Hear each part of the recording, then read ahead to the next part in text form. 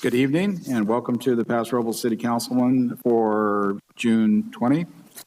If I could get the clerk to read the AB 369 or 361, please.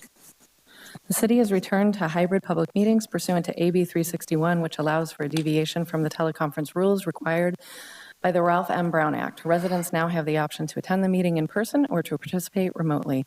To participate remotely, residents can live stream the meeting at www.prcity.com/YouTube and call 805-865-7276 to provide public comment via phone. The phone line will open just prior to the start of the meeting and remain open throughout the meeting to ensure the opportunity to comment on each item heard by the council. Written public comments can be submitted via email to cityclerk@prcity.com prior to 12 noon on the day of the council meeting to be posted as an addendum to the agenda. If submitting written comments in advance of the meeting, please note the agenda item by number or name. City council meetings will be live streamed during the meeting and also available to play later on YouTube by accessing the following link, www.prcity.com/YouTube. Very good. We'll go ahead and call the meeting to order, and if you would please stand for the Pledge of Allegiance and remain standing for Pastor Pat Sheehan for the invocation. Councilman Strong. Thank you, and with me, please, I pledge allegiance to the flag of the United States of America and to the republic for which it stands, one nation, under God, indivisible, with liberty and justice for all.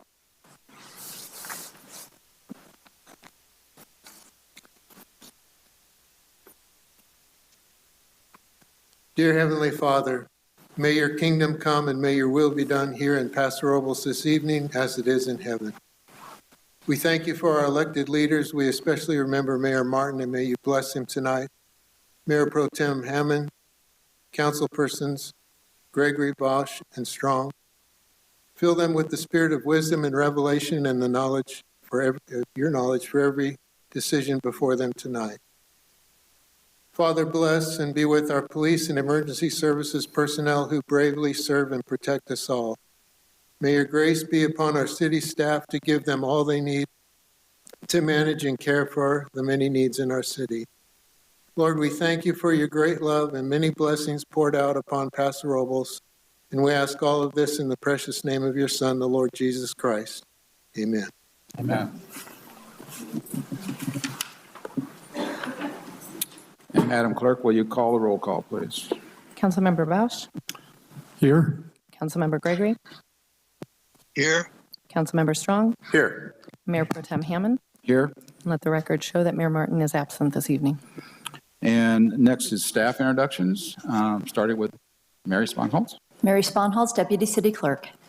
Melissa Boyer, City Clerk, joined by Shauna Howenstein, Civic Engagement Coordinator, and Karen Jackson, IT Technician. Didas Esperanza, Capital Projects Engineer. Catherine Piatti, Finance. Ryan Cornell, Administrative Services Director. Adam Spalding, Solid Waste and Recycling Manager. Paul Petty, Fire Marshal. Chris Hughes, Don Smith, David York, Police Chief. Terry Stack, Bureau Manager. Thomas, IT Manager. Jeff Jones, Project Manager. Eric Flash, Senior Librarian. James Taylor, Partnership Trail Supervisor. David Lombardo, Works Ops Manager. I'm Matt Thompson, Recycled Water Manager. Joe Schubert, Interim City Engineer. Brian Cowan, Building Official. Aaron Nash, City Planner.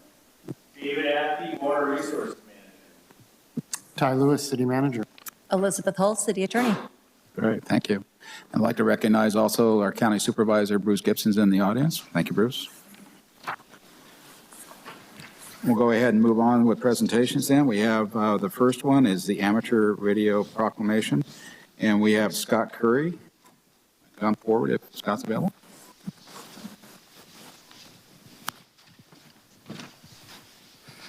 Scott is going to be accepting this on behalf of the local Amateur Radio Relay League. Yeah. Very good.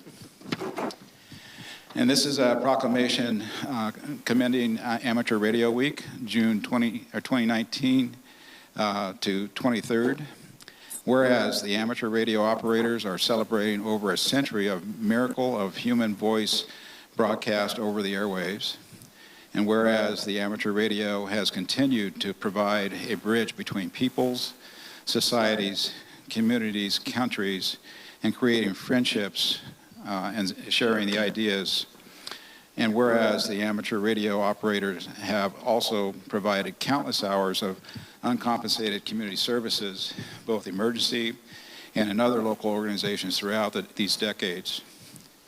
And whereas the state also recognizes the services of amateur radio people providing in our many emergency response organizations, including police, fire, emergency management. And whereas these same individuals have further demonstrated their value in public assistance by providing free radio communication for local parades, bike-a-thons, walk-a-thons, fairs, and other charitable public events. And whereas the city of Paso Robles, California recognizes and appreciates the diligence of these hams who have also served weather spotters in the Skywarn program for the U.S. Government Weather Bureau. Whereas the Radio Relay League is a leading organization for amateur radio in the USA, and whereas the amateur radio field day exercise will take place June 24, 25 of this year and is in a 24-hour emergency preparedness exercise and demonstration of amateur radio skills and readiness to provide self-supporting communications without further infrastructure being required. Now, therefore, be it resolved that I, John Hammond, by virtue of the vested in me as Mayor Pro Tem, and speaking on behalf of Mayor Martin and the entire City Council, do hereby proclaim the week of June 19th through 23rd, Amateur Radio Week. And I have a proclamation for you. There you go. I'll say it.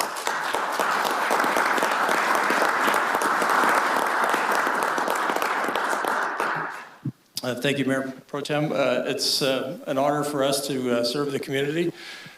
We have put in literally hundreds of hours of volunteer time, not only here in Paso Robles, but in the county as well. And we stand ready to assist our first responders and the emergency management function here in Paso Robles in the event of a disaster where communication systems are disrupted, and we provide our own equipment, our own training, and volunteer people to do that. So thank you very much for recognizing us, and if anyone's interested and wants to come out and watch our exercise, it's 24 hours. It's really good in the middle of the night, around 2 in the morning. We will be just west of Templeton this year and on some private property. Yeah, I think several years ago I attended the one at the high school, wasn't it? Yeah, it used to be at the high school, so well done. Appreciate it. Thank you, Scott. Thank you very much. Thank you.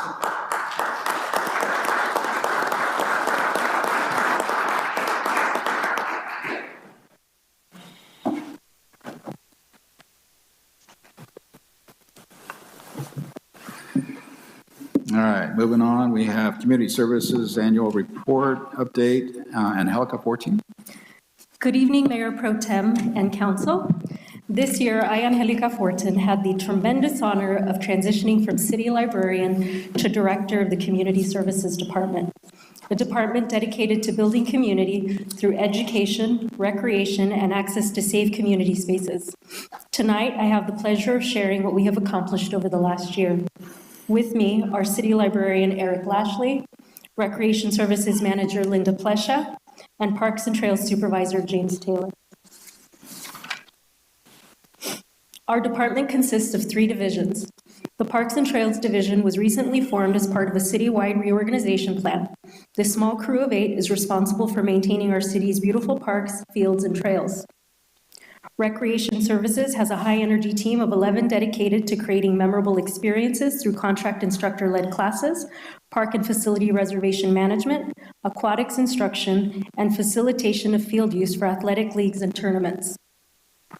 The library's team of 17 provides 67 hours a week of library use at the Downtown Library and Uptown Library Study Center.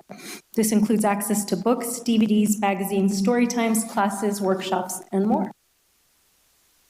This fiscal year, the Library and Recreation Services have been guided by their newly adopted strategic plans. Unique to each division and created using significant community input, both plans focus on building community, elevating services, and improving access for enhanced quality of life experiences for all residents of Paso. With City Council's support, we have made significant progress in building needed capacity to realize the future of service. In the library, with my transition to department director, we recently welcomed Eric Lashley as our new city librarian following a nationwide search. Eric comes to us with significant experience building community-focused libraries. In 2018, he led the Georgetown Library to win the highest honor for a library, the National Medal from the Institute of Museum and Library Services. In 2018, he was recognized as the Texas Librarian of the Year, and I'm proud to say that it was excitement over our strategic plan that brought him to us. As part of this plan, we recently welcomed Meg Weber as our new Tech Services Librarian. Meg has a strong background in providing software and technical support for both staff and customers. Through her leadership, we will ensure that our library will continue to incorporate new technologies for consistently improved service. In Recreation Services, a major goal identified in the strategic plan is the facilitation of volunteerism. Tasked with developing this brand new city volunteer program is Wyatt Lund. With 9 years of experience working in recreation services, developing marketing materials for city initiatives, and coordinating the widely popular concerts in the park, Wyatt is well positioned to identify opportunities for volunteerism and to develop a program that engages our can-do community. New to Recreation Services is Destiny Rodriguez, the first of what will soon be 2 park ambassadors. These key positions will help improve the park experience by providing support for park users and user groups, and by working with key city staff to try and mitigate the impacts of approved and non-approved park activities. With some of our new strategic positions filled, we have begun to make progress on plan objectives. In the library, the original co-working space, we have improved access for computer users who have increasingly started bringing in their own devices since the pandemic. Large oversized tables were replaced by smaller tables that better complement the architecture of the building, highlight the park-facing windows, and provide dedicated power for laptop users. New furnishings can also be found in our children's library, where oversized furniture was removed to improve access for wheelchairs and strollers. In addition, the colorful interactive unit pictured above was installed to provide tactile and sensory experiences for children. This was complemented with the addition of our inclusive reading collection, which is made up of books with dyslexic-friendly fonts, large prints, sensory-friendly pages, and books in Braille. Strategic progress this year also includes the embedding of video tutorials on the library website to instruct users on the use of ebooks and other library resources, as well as an increase in the number of ebooks available to local users. We work to remove barriers to access the library study room. Now the room is also used for virtual interviews, meetings, classes, and more. Recently, we've started piloting the use of our story time room for library community groups. All library forms, flyers, and informational handouts are now being made available in English and in Spanish. And in January, we launched the Library by Mail program. This is a free program that provides homebound library users with the ability to receive and return library materials via the U.S. Postal Service. We've also increased our efforts to partner and collaborate with other city departments and community agencies. This year, the library hosted spaceport and ADU workshops in partnership with other city departments, and continued to partner with emergency services to provide informative safety displays. Members of the Paso Reed School District Committee, the library partnered with the committee and Mujeres de Acción, a Spanish language community advocacy group, to host our 7th annual Day of the Child, Dia de los Niños event alongside Recreation Services. Over 100 kids and families joined us for the bilingual family event, where every child in attendance received free brand new books to build their own home libraries. In addition, we continue to provide supportive programming for the annual Cuesta Book of the Year program, hosting a Middle Eastern dance and henna presentation in honor of this year's read, All My Rage by Saba Tahir. Staff has also begun actively seeking ways to partner with other groups and has started increasing their presence with the Historical Society. As for the numbers, we're on track to exceed 250,000 checkouts and are expecting about 100,000 visits before the end of June. So far, we have hosted over 300 programs with over 9,000 participants. This includes story times 5 days a week, Monday through Friday, for babies, toddlers, preschoolers, school-age children, and new this year, bilingual story time. We had an unusually high number of new card holders for 2 reasons. First, the San Luis Obispo County Library exited the Black Gold Cooperative Library System in July of this year. This is a system that allows our patrons to access the collections of 6 libraries along the Central Coast and over 400,000 ebook titles in a shared collection. Many SLO County card holders applied for Paso Library cards to maintain access. Second is the Student Success Initiative. This is a program in partnership with the school district that allows the library to issue cards to all incoming high school freshmen as part of the enrollment process. So what's next? During the strategic planning process, it became evident that many members of the community are unaware of the resources available through the library. With the addition of an outreach services librarian, we'll be focusing the next year on developing a marketing and outreach plan to bring more of our resources out to the community at large. In recreation services, where we're dedicated to creating opportunities to make more memories, we've also been busy supporting a large variety of high-profile events. Recreation Services hosts the Fun Zone at the 4th of July celebration at Barney Schwartz Park, where free family-friendly activities are offered throughout the day to keep people active and engaged. Committed to supporting diverse cultural events, they also provided support to this year's MLK Committee for events at City Park and the high school, as well as the annual Day of the Child event hosted in partnership with the library and Mujeres de Acción. Strategic progress has also been made in many areas, including the translation of all forms and applications into Spanish and the introduction of an online reservation system for park reservations. The Youth Commission was reactivated this year. I had the privilege of attending the interviews, and I can confidently tell you that these youth are the future. We're in good hands. They have been proactively seeking youth feedback for a new teen center, asking important questions regarding our community's development, and actively engaging with City Council. With the new volunteer coordinator in place, Recreation Services volunteer program has also started developing. Recently, we were able to provide volunteer support for the Safety Fest that took place at City Park, and we're creating a list of possible volunteer opportunities. Our Recreation Services team actively participates in the local chapter of the California Parks and Recreation Society, helping to develop their annual conference program. This year, we were honored with 2 awards at the state and local level. Now let's take a look at the numbers. The annual summer concert series continues to be wildly popular, with an estimated 25,000 audience members attending last summer. Recreation classes are in big demand too, with people waiting to sign up for classes for up to 2 hours at last month's Super Sign Up registration event. Already sold out, we expect this year's swim season to be even more popular than last year's, when we offered close to 1,400 swim lessons and hosted close to 3,400 swimmers during public swim. Contract classes are a win-win for our community and instructors. Recreation staff works with local subject matter experts in our community to develop ideas and classes to create quality experiences for lifelong learners of all ages. For some, the contract instructor model serves as a business incubator, with instructors turning their ideas into full-on businesses after a few seasons.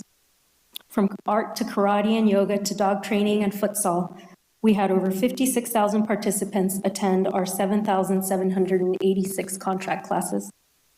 Lastly, we issued almost 4,000 park use permits, with close to 320,000 guests enjoying our beautiful outdoor spaces. This coming year, we're looking to fully launch our Park Ambassador program when we add a second ambassador to our team. We will also be focusing on making recreational opportunities more accessible by looking at ways to enhance our Rec Foundation-funded scholarship program. Many people don't realize that the donations given at the concerts in the park benefit low-income youth in our community through scholarships for participation in recreation services classes. I'm very excited to announce one of our major initiatives this next year is the opening of a teen center at Centennial Park. Staff has been working closely with the Youth Commission to develop the concept and design. The center, designed for teens by teens, will be a safe place for students to hang out and study after school. The grand opening is scheduled for August 19th. We now turn our attention to the Parks and Trails Division. This is a team that transforms our outdoor spaces into coveted destinations.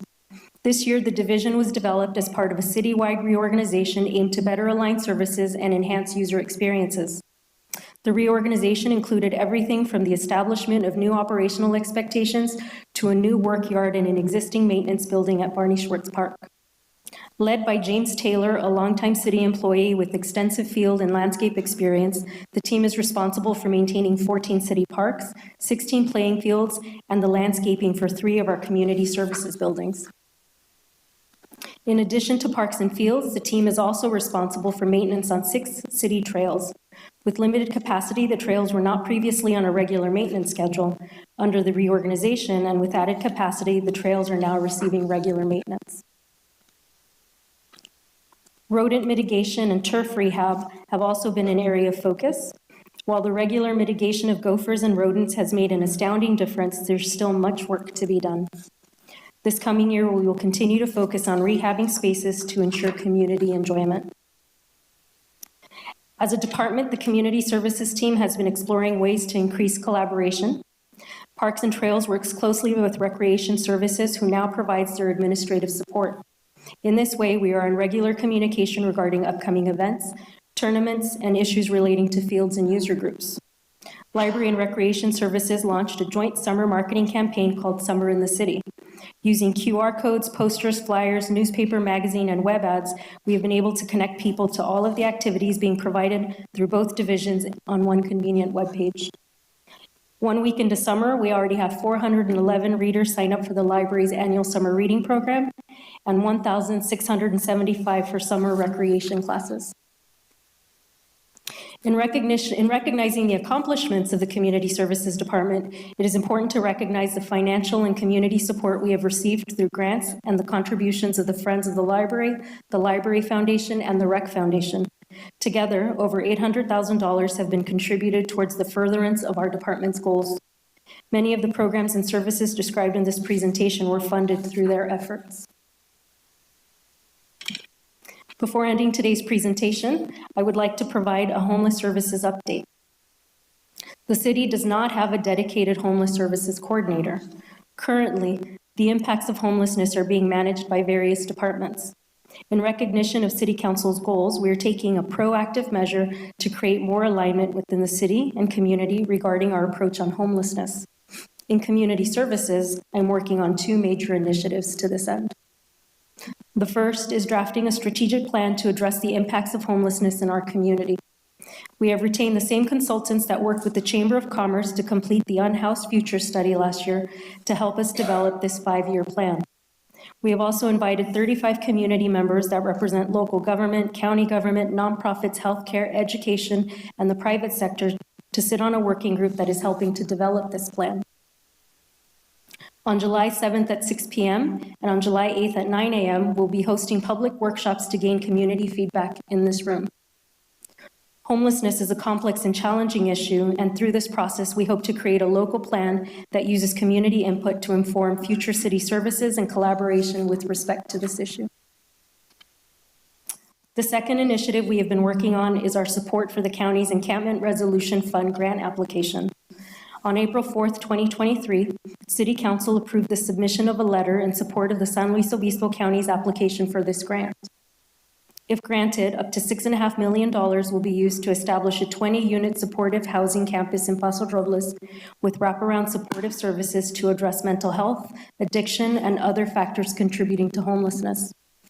Staff will return to City Council with a full implementation plan if the funds are granted. This would include discussion regarding site selection and designation. Because there has been a lot of confusion regarding this project, I am hoping to provide clarifications tonight. At the April 4th meeting, as part of my presentation, I highlighted an underutilized parking lot at the Paso Robles train station as a potential location for the supportive housing campus. The location was deemed to be highly suitable due to a variety of factors, including its proximity to county services, transportation, and existing utilities, among other things. While the site was suggested, it was not designated by City Council. The direction given to staff was that we come back to council for site selection and a full overview of the program if the grant was received.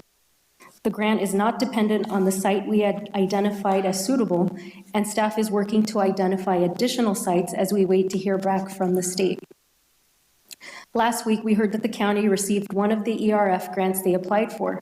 This is not the Paso Robles project, which we do not expect to hear back about until sometime in July. If granted, we will come back to council with a full overview of the program and the information needed for discussion regarding site designation. For updates or more information on this or any of the services provided through the Community Services Department, please visit the Community Services page at www.prcity.com. And with that, I leave you with a few words from our community, and my team and I are here if there are any questions. Okay, Angelica, thank you very much for a very comprehensive Community Services annual report. Council, any questions for Angelica? Councilman Gregory online? No, thank you. It was All an right. excellent presentation. Very well. Anyone in public wish to address Angelica's project? Dale?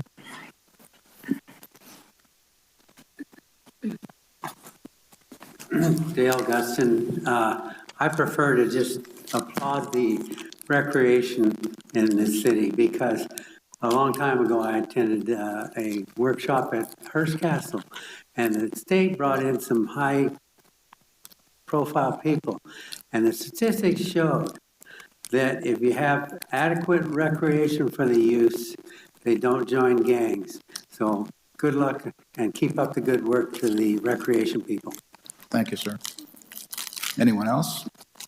Okay, I'll go ahead and close that. Thank you, Angelica. Thank you. And we'll move on then to item 3, Administrative Services Annual Report. Ryan Cornell. Good evening, Mayor Pro Tem Hammond and City Council. Ryan Cornell, Administrative Services Director. Here tonight to present the Admin Services Department overview. I'm going to kind of explain right out of the gate. It's not as exciting as Angelica's. She actually did a very good and thorough job. But my department, the Admin Services Department, it is responsible for a wide range of activities, and it is broken down into kind of 3 distinct divisions as well, similar to community services. The first one is finance, and they are responsible for providing services such as accounts payable, accounts receivable, business license, and the transient occupancy tax. Our HR and risk management division includes benefit administration, employee relations, employee development and training, recruitment and selection, classification and compensation. And then lastly, with a reorg similar to what happened with Angelica and her team, we have information technology as a new division that went over to admin services. And they're responsible for providing computer and telecommunications system support to all city departments and facilities, including the police and fire and 911 emergency communications and dispatch system. But all in all, I think the reason why I kind of said that it's not as exciting as Angelica's is we are really behind the scenes. We provide support for every single of the 8 city departments that we have in the city. Some larger organizations like the county typically have each one of these functions housed in each one of the each individual department. In our case, because our city is a little bit smaller, we centralize all of these services under one department, and so we provide the services out to the other departments. Specifically, when it comes to the finance division, we employ 8 total employees. Catherine Piatti is our finance manager. She leads the team there. Her number 2 is Karen Gerlardi, who is responsible for, or is the accounting supervisor. She's heavily involved in the day-to-day transactions and kind of reconciles at the end of the month.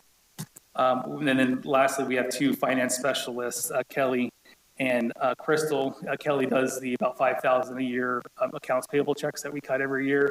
And then Crystal is responsible for the business licenses and those renewals. We have about 2,000 a year that we renew on an annual basis there. And then in addition to that, we also still have 4 utility billing customer service representatives, Kristen, Dan, and Greg, and Lisa. They're dedicated to the about over 10,000 utility accounts that we have throughout the city.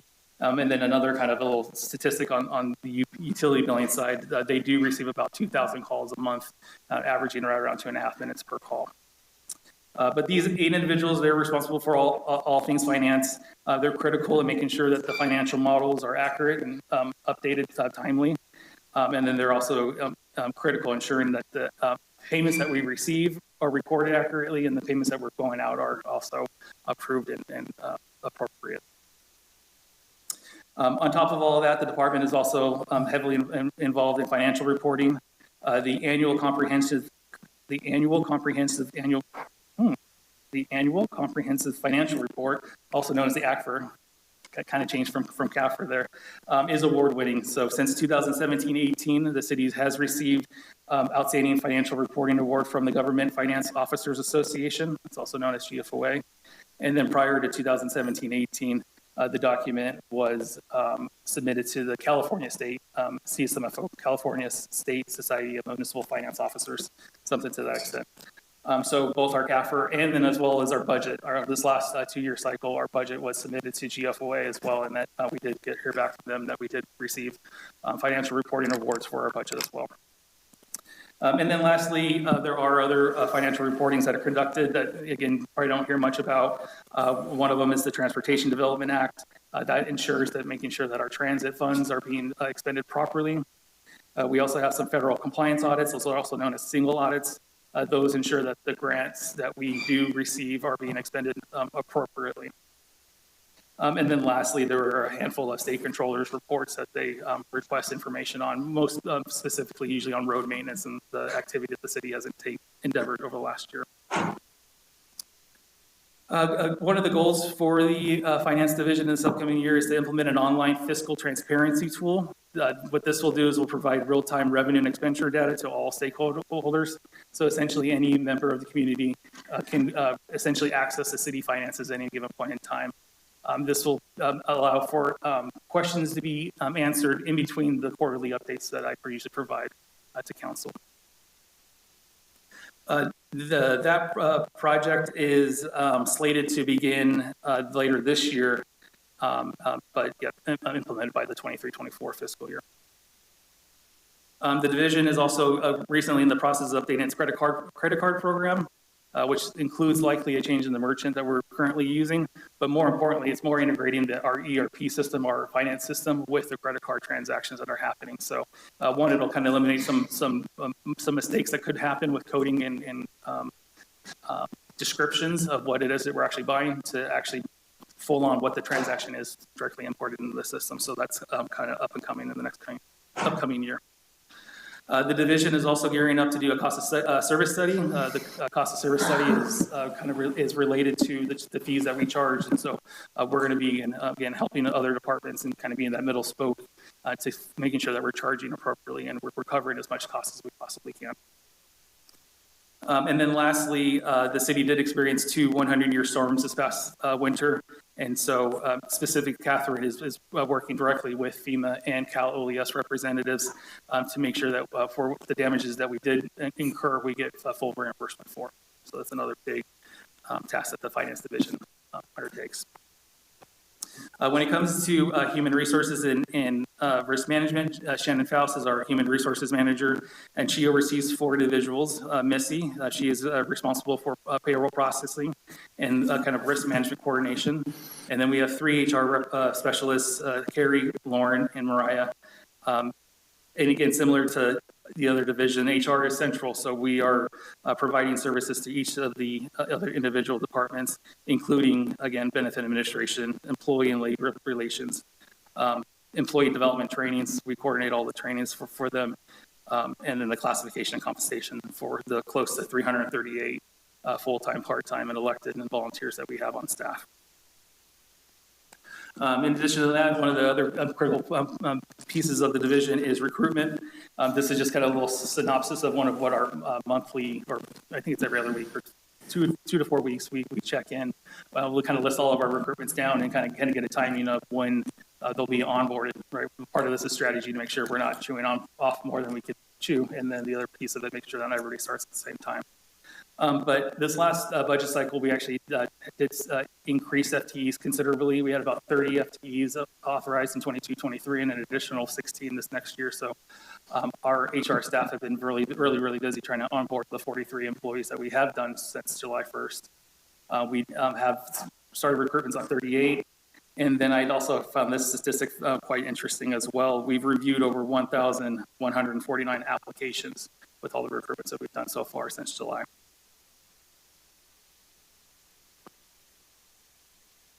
The projects for human resources include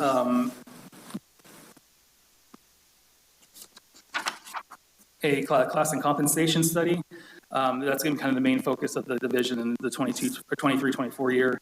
A class of compensation system kind of defines the jobs in the organization, how much those jobs should pay. It's kind of that framework that we're working with to make sure that we're competitive with other neighboring agencies. We also want to make sure that our compensation is fair, it's strategic, competitive.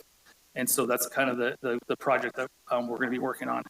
Along those same lines is a wage and benefit philosophy, and this is going to be working with you, City Council, to develop this. Once we get the results from the class and comp study, we kind of need some sort of direction on how we're going to implement those results. And so this will kind of help prioritize what the council's desire is as far as what wages and benefits to our staff should be. Outside of that, we're looking at updating our rules and regulations. Those ones are a little outdated.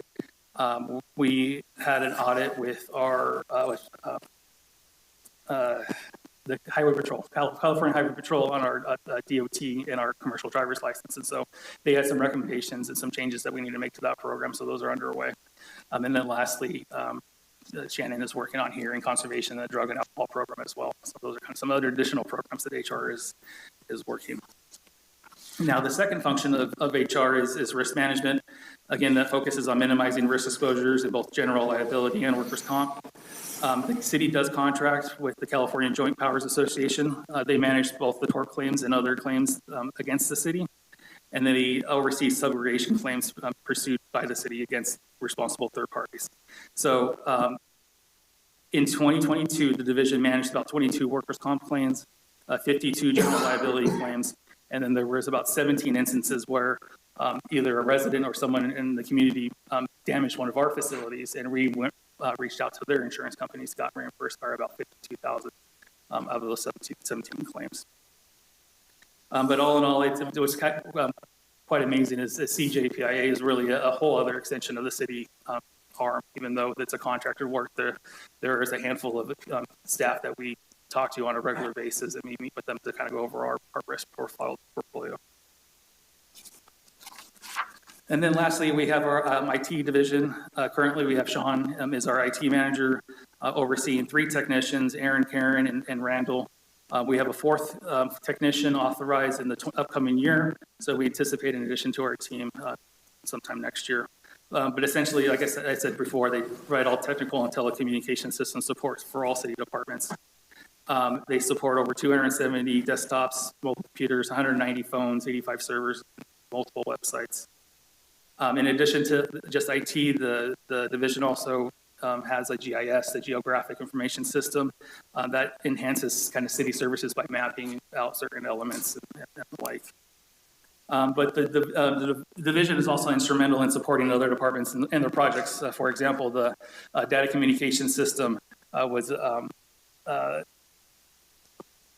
critical for the division to get over the line. And so we had some turnover in the police department. So Sean was able to kind of step up and kind of hand over the project management of both that one and both the public safety camera surveillance system as well.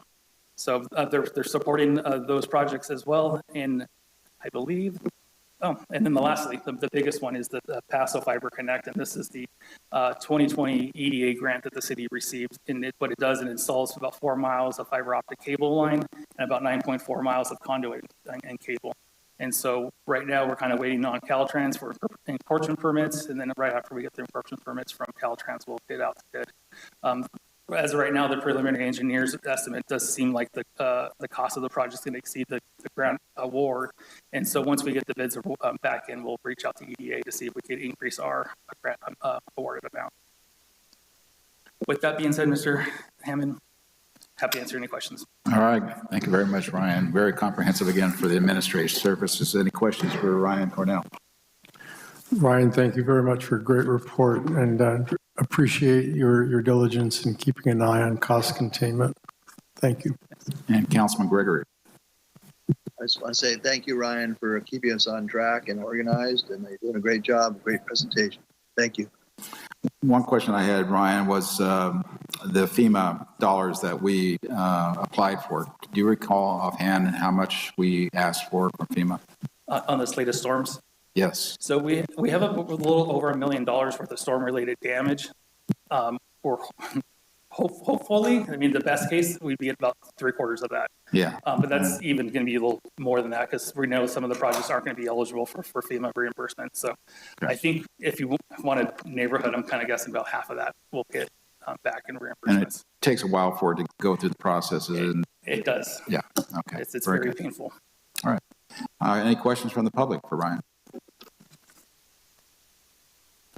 Welcome, Dale. Dale Guston, I was just curious as to whether any of those FEMA monies are being used to clean up the river, and I think there's some fire hazards down there. Would that be answered by Ryan? No? Actually, during the budget update report that I have later on the agenda, actually has a section on FEMA. Very good. Thank you. All right, we'll move on then to the last of the presentations for tonight. City Manager's Office Annual Report. Chris Hewitt, Assistant City Manager. Chris. Good evening, Mayor Pro Tem, council members. Chris Hewitt, Assistant City Manager. I turn it over to, Ty's looking at me, I'll go ahead. So we'll start with our organization chart. This is what it looks like if you looked in the budget book or officially on paper, what our office oversees and does. In reality, these are the 6 individuals that make up Team CMO. On the first row, obviously, City Manager Ty Lewis. Behind him is Civic Engagement Coordinator Shauna Howenstein. To the right is City Clerk Melissa Boyer. Behind Melissa is our Deputy City Clerk and Air Traffic Controller Mary Sponholtz. In the center there is Paul Sloan, Economic Development Manager, and I am over there on the left. But we are the ones that are behind these titles, and I'll talk a little bit more about what we are doing to achieve these goals. These are the goals that the City Council set in early 2022, and I included the major goal areas there for you. Of course, under those major goal areas are several action items, and this is really the blueprint and the foundation that we build off of as we are providing direction to staff and as we are working on projects within our office. And again, this really provides that framework in which we undertake the work. We put many tiles on the screen. I am happy to jump into any one of these should there be questions at the end, but really what we were trying to get across is our office provides strategic direction and oversight on a variety of different topics. And by no means are we taking on any one of these items in a silo or on our own, with very rare exception. Most of these items are being led by other departments. Our office, again, is providing some of that strategic direction. Of course, we're taking policy from this board and this council and providing, again, direction to staff to make sure that policy is implemented. Of course, we're obviously bringing you operating and capital budgets. Most of that work, again, is done by Ryan with strategic direction from our office. I'll pick out a couple here just to highlight, one being, of course, kind of taking off the city manager or assistant city manager hat and going over to the EOC during the January and March storms and helping provide support for our teams working out in the field to keep our community safe. And then we've developed some internal programs to better improve some of those areas with our largest asset, which is our employees. So we have implemented a city leadership development program, which many of the staff in here tonight have attended. Those were 4 sessions this year. We're looking to continue that into next year, focused on high performance government, innovation, process improvements, goal setting, and the like. And we're also looking to build upon some work that we've done this year with our employee recognition programs. Really want to highlight those individuals that are working day in and day out on behalf of this community in public service. So again, happy to jump into any of these if there are questions at the end, and we can come back to it if needed. I did want to pull out this one in particular with changes both in the city manager's office over the last couple of years and at the state and federal level with who is representing this area.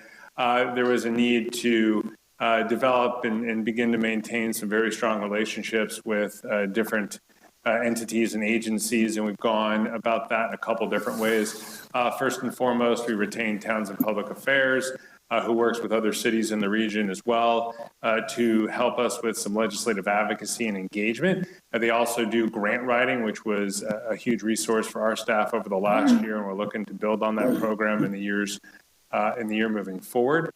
This council also adopted a legislative platform which helped provide staff direction on a variety of different policy-related issues and helps the city take quick action when necessary to provide position letters or statements on a variety of different topics, which again, I'll give some examples in a moment. We didn't just do a lot of engagement from our offices here. We engaged in Sacramento and Washington, D.C., and a variety of California Transportation Committee meetings up and down the state to make sure that the needs and the projects that are most desired here in our city are at the forefront of the minds of our legislators and those agencies that essentially make those decisions on where taxpayer money at the state and federal level goes. So we've been very strategic about how we've gone out and interfaced with various, again, legislators and officials. In the background there, I think that's Mr. Athey's head, but beyond Mr. Athey's head, didn't mean to do that, David, sorry. When you look at that picture in its entirety, that's a collection of partners all the way from the head of Caltrans and the chair of the California Transportation Commission to supervisors, to Senator Laird and other officials, all with a focus on Paso Robles at this moment and transportation and infrastructure needs out on State Route 46 East. We're happy to co-host that group in town about a month ago. Had a lot of conversation, good conversation about needs and opportunities for funding for various infrastructure improvements on 46 and the 101. And then our office, and this is no means, you all do a lot of work in these areas. The city manager's office in particular is focused on some regional strategic planning sessions with SLOCOG, with Travel Paso, Visit SLOCAL. We meet regularly with cities, both in the county and to the north in Monterey County, where we've developed strategic partnerships. And of course, we meet regularly with our military partners in the region. And then finally, the mayor's group here in the county hosts regular meetings. We've been hosting that, I think, twice in the last year, and our team is providing that administrative support to stand up those meetings. A couple items that we've taken positions on based upon the legislative platform. The Fire Station Act, it's a piece of federal legislation that potentially provides funding to rehab substandard fire stations. First responder home buyer program, similar to a VA home buyer program, would provide a program for low-cost mortgage access to first responders. Provided a letter of support for some state funding for Lake Nacimiento infrastructure, which is obviously an important resource for us in terms of water. Diablo Canyon extension, there has been a push from a variety of regulatory agencies to ensure that that can remain open through the extension period, and I know that Mayor Pro Tem has been involved there. And then finally, through the League of California Cities, there's been quite a big push from the membership to develop partnerships with the state legislature to bring more resources in for response to the fentanyl crisis, as Chief Stornetta brought forward during his presentation. So the Mayor Pro Tem signed on to that letter to request that dialogue continue. So in terms of the work we've done under our grant writing contract with Townsend, over the last year, we've been able to secure $235,000 in competitive grants to date. Right now, we have about $4.3 million pending at the federal level. This is through congressionally directed spending. or projects that have been sponsored by both Senator Padilla and Congressman Panetta on behalf of the city. Those are both pending in the respective appropriations committees right now. We're expecting movement on the House side probably this week or next. We'll know a little bit more if we've got funding potentially lined up for the Public Safety Joint Training Facility. And then the item that's pending on the Senate side is about $1.8 million for the design, the rest of the design work for the 46 East Union Road overcrossing. So again, if both of those come to fruition, it's about $4.3 million. And then we have about $2 million that are pending at the state level with grant applications in. And then we probably have 5 or 6 other grant applications or grant programs that are on our radar that we'll be likely submitting applications for and working with Townsend over the next several months. Moving on to civic engagement, I'll try to go through these quickly, but we wanted to provide just kind of a quick glance at some of the work the civic engagement team or Ms. Howenstein has been doing over the last year. We're in the process of developing a citywide communications plan.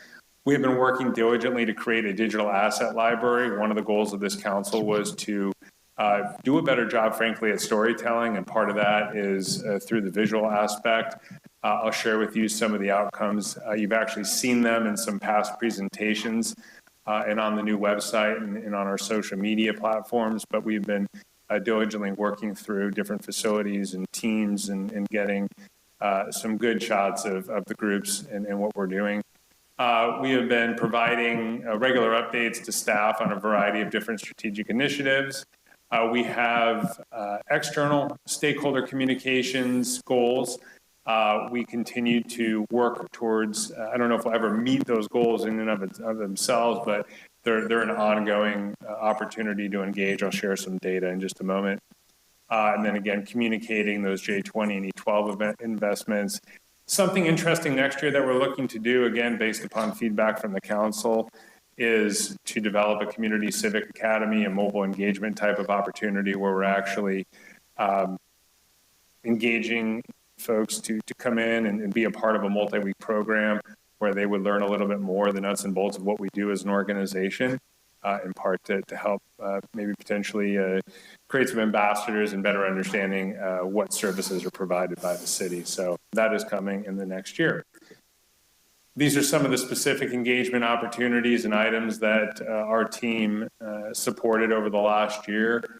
Just kind of selecting a few, of course, the unveiling of the new website. That was a civic engagement-led project, of course, talking about the storms again, providing real-time information on social media and on the website.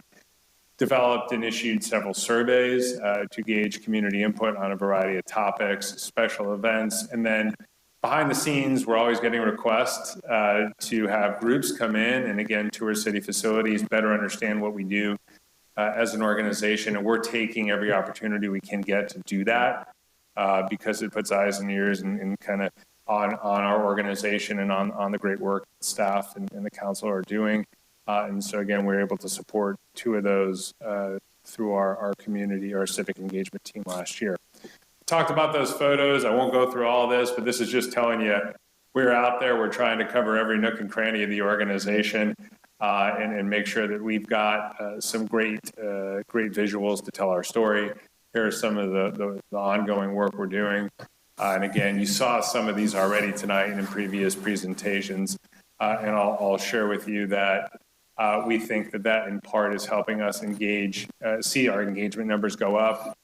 Again, a lot of numbers here. Happy to provide this presentation to you so you can go through these in a little more depth. But what I really want to highlight is we continue to see increases in our number of followers across our social media platforms that we're on. For the number of working days in a year, we're up to about a post a day, which is pretty good. We're supporting several community events throughout the year in some form or fashion. Getting more and more hits on YouTube in terms of views of this meeting and others. We're actually seeing a 60% open rate for a highlight document that is sent out after every one of these meetings.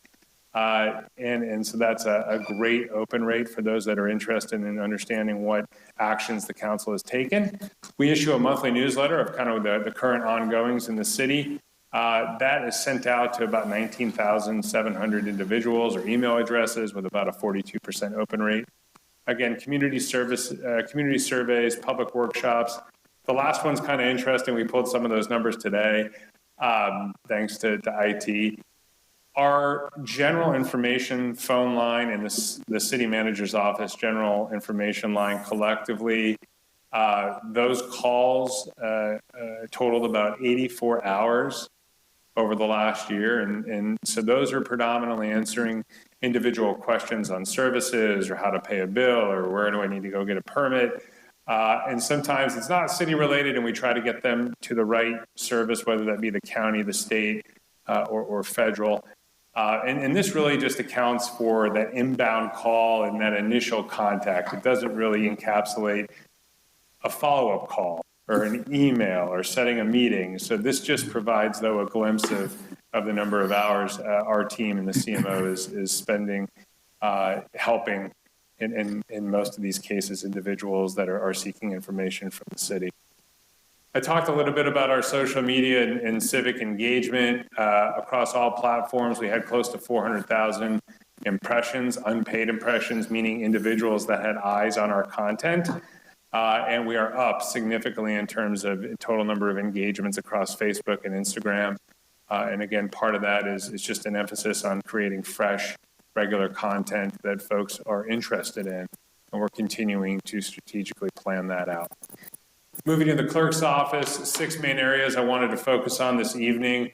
Just to say that Melissa and Mary have provided really, really excellent customer service internally in terms of staff support, whether it's our eScribe agenda management system, whether it's questions on records requests, whether it's taking some of those inbound phone calls or emails. They are providing top-notch customer service, both externally and internally. This evening's agenda, we've been working to implement a new agenda management system. This meeting's agenda was the first that was done from start to finish internally in that system. So all the items that you see, you're not going to see any difference. The public's not going to see any difference, but on the back of house, staff worked within the eScribe platform for the entirety of developing this agenda tonight, and we'll do so moving forward. That's the second of 3 phases for that implementation. I think the one thing I want to note here, and I've noted it before, it has saved Melissa many, many hours most weeks in terms of putting the agenda together. That's hours in her day that she can get back to help in a variety of different ways and to do other work. It's one of those ways we can create some significant efficiencies, and it has proven to be just that. We're also working on a centralized documentation project, which will be public-facing at a certain point in time. The city clerk's office is really the central repository for all official documents of the city. We're looking to put together a one-stop shop database where interested members of the public, staff, the city council, any stakeholder can go to, have a catalog roster of documents organized by year and type, and be able to do some pretty advanced searches to be able to find what they're looking for in the name of just good governance and transparency. We're working through the first phase of that right now, more to come. And then by next meeting or soon after, we're going to have some changes up here on the dais, again, to make Melissa's job a little more efficient and effective as she manages 4, 5, 6 monitors and devices over here. Try to streamline that and make that a little bit more efficient, thanks to IT for their help. Again, deputy city clerk onboarding, advisory body liaison staff support for all the advisory bodies.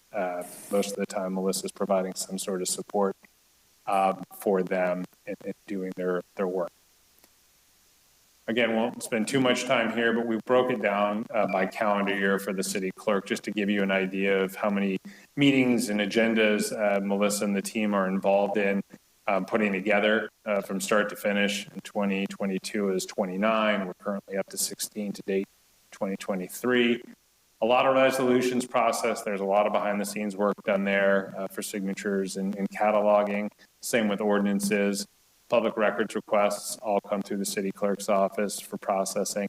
And then there's some state compliance requirements that Melissa and her team oversee, and that is north of 130 individual types of filings each year that are often tied to individuals that she has to, in some cases, seek that information from to make sure we're meeting the state deadlines. And then finally, for the city clerk's office, of course, elections. The city clerk is our elections official for the city. She's worked closely with our team and the council to walk through and support the council through the 2022 midterm vacancy appointment process. And then, of course, we moved right into the election season last year, where there were 3 distinct ballot types and 5 different items that appeared on ballots within the city. And then finally, there are several documents and disclosure statements that Melissa must keep track of and does an excellent job there. This is not Jeopardy. This is kind of what I thought it looked like earlier. In an effort to streamline Paul's presentation, he's not here tonight because he's actually at an economic development conference. But this was an opportunity to highlight the great work Paul has done over the last year. He's really taken on several major projects. Probably the most significant one for us right now is the update of the Economic Development Strategic Plan. The plan that is currently on the books was improved in early 2000s. A lot has changed, obviously, so this council approved the update of that last year. I can tell you we are right on the precipice of getting that to you. We should have our final document back to you in August, which is very exciting because that's going to be the blueprint for the work Paul and the team are going to be undertaking for the next several years. And although that plan's not in place right now, he is undertaking work. And of course, he's participating regionally, has actually worked as the Practitioners Network chairperson for REACH this last year, which was a great position for him to be in. He's also on the REACH steering committee for their SEDS, works as a travel PASO liaison and HBA liaison, and then sits on that military community relations board I mentioned earlier. We spent some time on spaceport, so I won't spend a lot of time here other than to let you know Paul is the point person for our work right now with Cal Poly, sitting in on those weekly meetings, interfacing with the FAA, along with our airport manager, Mark Scandelis, doing community outreach and talking from interested stakeholders from really all over the world. It's really a great effort undertaking there. Paul just participated in the Sabre Paso event up in San Jose from a business attraction standpoint, making a lot of good contacts there. Working with Main Street, he's our economic vitality liaison, of course, collaborates with the Chamber of Commerce, and then pretty much every new business that is looking to come to town comes through Paul one way or another. He either finds them and will reach out proactively or they're reaching out to him.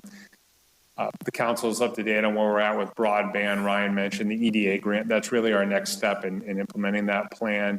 But he was the one that was working with Townsend to get the grant that paid for that plan on behalf of both the city of Paso Robles and Atascadero.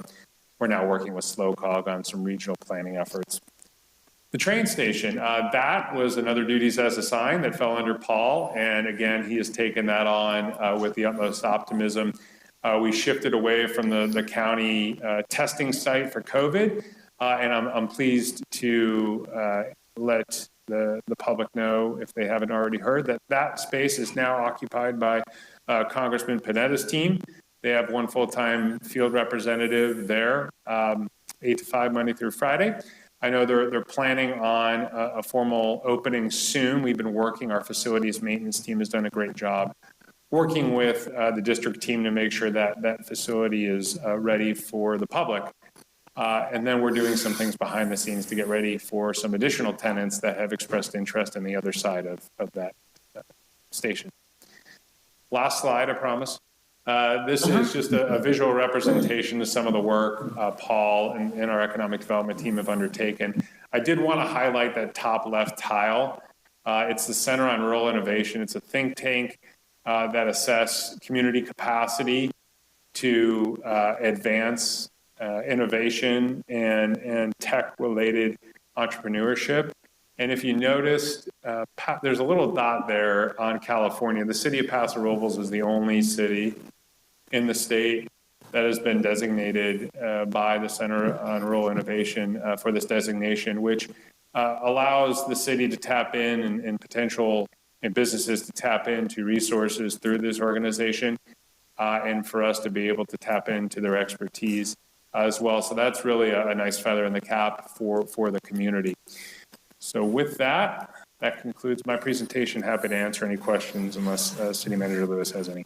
Assistant City Manager Chris Huat, very well done. Very concise and obviously a little bit on your plate. So any questions for Chris? It's amazing. Just a fantastic job you're doing. For so few people, you're doing a lot of things. So Chris, what do you do in your spare time? I take care of a 3-year-old. Yeah. Well done. Thank you. Councilman Gregory. I see Chris over at Lowe's with his son all the time. Not all the time. He's working most of the time. But Chris, I want to say thank you for doing a great job and keeping our team together and helping Ty and everybody on our crew run a great city. Thank you. Thank you. Anything from the public? All right. Office of City Management being well handled. Thank you very much, Ty, for your support on that too, obviously. So, okay, now's the time for general public comments. These are the time for anyone wishing to address the council on items that are not on the agenda. You'll have 3 minutes. We will not be able to take action, and if you have questions, we'll try to get you an answer. So, first up, looks like Dale Augustin, 5770 Vista Serrano Way, Paso Robles, California. I want to clear up some confusion that I heard some comments on the radio this morning. Some people thought that a community survey was done recently where 86% of the merchants were in favor of the parking situation. And I cleared it up by stating that was done when way a long time ago, when it was 5 days a week and ended at 6 o'clock. The recent one was done by the Main Street organization, and it was a flip-flop. 86% of the people wanted to get rid of the parking program. You've got a challenge, and I wish you luck, but the public doesn't like it. I'm sorry. Thank you, Dale. Mr. Graywall, welcome. Thank you very much, Board. My name is Greg Graywall. I just want to take a second to introduce myself. I'm going to speak on the equity letter here coming up. I'm a retired LA City fireman. I live in the Creston area. I moved here in 2002. 8 months later, I came to your earthquake. I'm an urban search and rescue technician. I met your now fire chief as a fireman who helped me. And we cut all the cribbing and stuff for the collapsed building, worked here 4 hours, and I drove my own fire engine that I bought from Atascadero, engine number 4. I still have it on my wrench. But I've spent the last almost 11 years as a water resources guy, 8.5 years for Debbie Arnold, and I'm with the Cattlemen's Association as the Water Resources Advisory Committee member. I'm on the Technical Advisory Committee, the TAC, on the Paso Basin. So I've taken the last 11 years of my life to study everything that deals with the Paso Robles Basin and water. So thank you for having me here, but I just wanted, before we get into this next thing, I wanted to let everybody know who I was. Thank you. Thank you for your public service, Greg. Anyone else? Melissa, anyone online? No, sir. Okay, thank you. Moving on, agenda items to be deferred. City Manager. No, sir. Okay, with the pleasure of our council, I would like to see if we can't move item 11, actually L, and it's actually the item N, to now, and in an effort to get some of the people that are here tonight out sooner than later. So I'd like to see if anybody has a problem with moving item L up. Is that a consent agenda?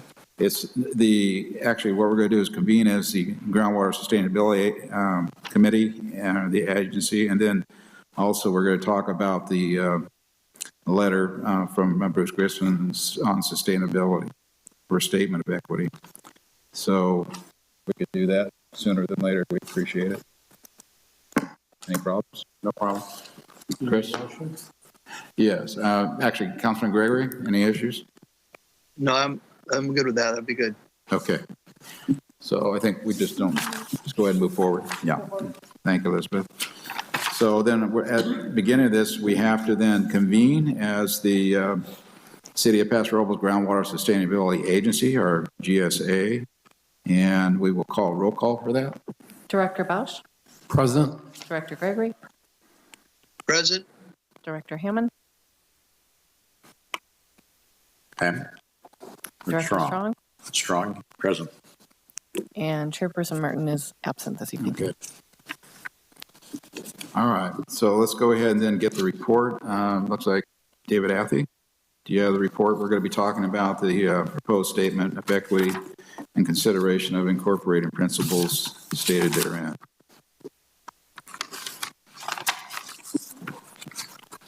Yes, good evening, Board.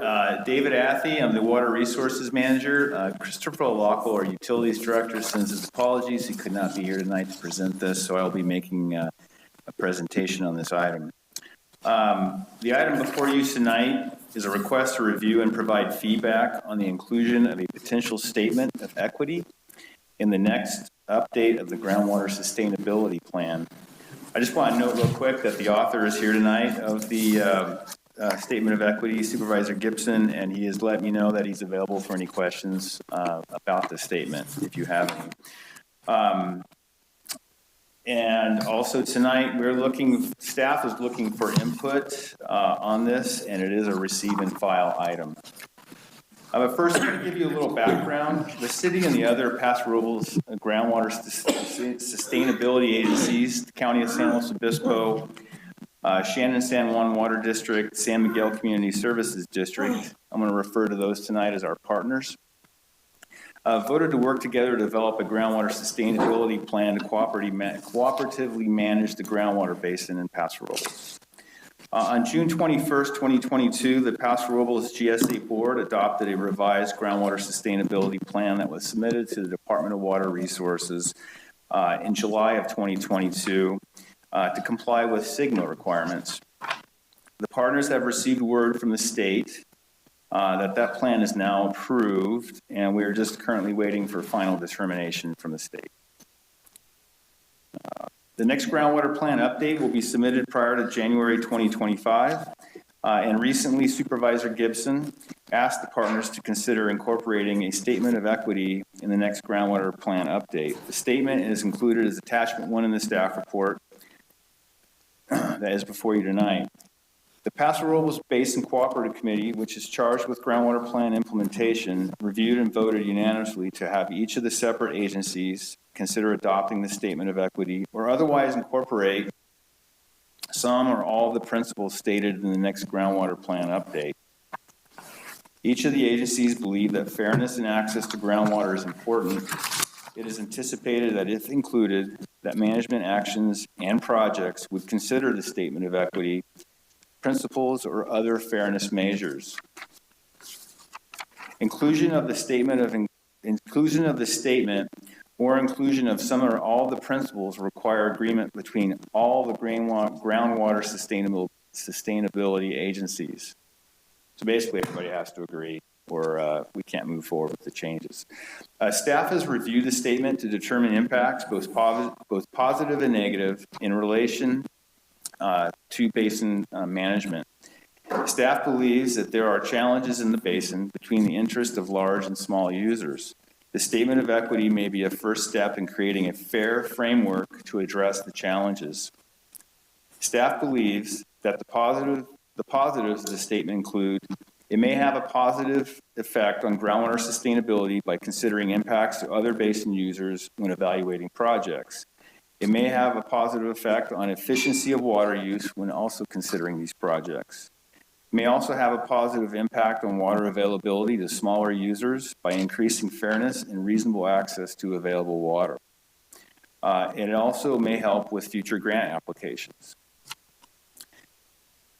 Staff believes the word equity is problematic as it can be interpreted to mean different things to different people. It Given that the statement is not particularly specific and can be subject to open-ended interpretation that can significantly expand the purpose of the GSP, the Groundwater Sustainability Plan, beyond bringing the basin into balance. For example, the statement suggests that achieving equity requires overcoming natural variations in hydrogeology and groundwater availability. The statement can be interpreted to suggest GSAs will dictate crop types based on water use. The statement could suggest that to achieve equity in groundwater availability, it would require overcoming economic disparity among basin stakeholders. That said, staff supports incorporating the principles of fairness into the next GSP update, Groundwater Sustainability Plan, to aid in the process of developing management actions and projects. And we thank Mr. Gibson for preparing the equity statement and prompting this discussion before you tonight. Staff is seeking board input related to the inclusion of the equity statement and/or its principles in the next GSP update. Staff will use your input when working with our partners to develop the next groundwater sustainability plan and any of the items that you want included, which would include those. Once a draft is developed, staff will bring the groundwater plan back to your board for acceptance and recommendation for approval by the other partners. With that, I'll hand it back over to the board, and I'm happy to answer any questions I can tonight. Very good. Thank you, David. Start off with Councilman Strong. Do you have any questions, Director? Well, I don't have exactly questions. I recognize that any pioneer author is not only suggesting something, but educating in the process. And I feel that this document is very educational, as well as suggesting a format. Now, be that as it may, initial documents frequently can be improved once their content is understood. And there's nothing wrong with that either. So I agree with the staff's idea about equity. And it takes me back to when I was teaching. And many teachers grade on a bell curve. Others do it according to, well, whatever your grade is, that's your grade, period. If we had equity, everybody would get the same grade. Or there would be that argument that, oh, no, we all have to get the same grade. This isn't equal.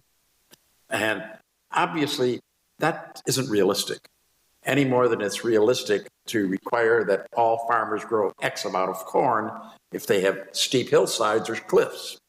Corn doesn't grow well in those climates, or grapes, or any other specific. So the variations in water, et cetera, do require fairness. And that's the idea when we talk too, is be fair to your students. Be fair to people when you do land use. And I much prefer the word fair to equal in this particular context. Okay. Well, again, questions, Councilman. It's a question of, do you see a problem with that? Okay. Councilman Bellish. Thank you. Along those same lines, I have become suspicious of the term equity. It doesn't always end up being the same thing to everybody. The term itself seems to be the antithesis of equity in what it's supposed to mean. I would counsel just a wait and see approach. I would not want to see this included. We'll bring this back again for comments. I'd like to hear what the public also has to say on this. Okay. Time for questions. So Councilman Gregory, do you have any questions for David Abbey? I do, David. So David, we've been approved by the state. Is that correct? For the as of just today, actually, I believe, didn't we get our sustainable GSP finalized? I believe. No, we'll get into that. That's a separate question. So it's essentially approved. Yes. Yeah. So it's approved the way it's written now, and does include fairness in the policy and what's been presented to the state. I don't know the answer to that, but I do not believe, since we're here tonight recommending this, that, or discussing this item, that it actually has a specific item on fairness and inclusion. Okay. And then my other question is, if we were to consider this, at what point in time does that go to the state or to the representatives of the water board locally? So the groundwater partners need to rewrite or update our groundwater sustainability plan and have it approved by the state by 2025. So we would be submitting a revised plan next year. I don't anticipate it being a complete rewrite. It would just be an update of what we currently have to reflect current conditions, and also could include some type of statement of equity, fairness, or something similar. Thank you very much. I'll hold my comments till later. Thank you. Okay, thank you, Steve. I'd like to maybe framework a little bit for the public. The Paso Basin Cooperative Committee, and that's really where this is going back to, David. So essentially, for the public's application, there's a group of GSAs that groundwater sustainable agencies. Paso Robles is one, San Miguel is one, County of San Luis Obispo one, and we have a fourth one with Shandon San Juan out by Shandon. That's who makes up the Cooperative Committee currently. They're the ones that came together to make the application to DWR, Department of Water Resources, with a plan, GSP. The GSP is now what directs the cooperative or all the agencies, the four of us separately, on how we will move forward with projects to achieve sustainability in our water resources, including the groundwater. That's essentially what it is. But if any one of the four agencies do not agree on language, what happens to this at that point?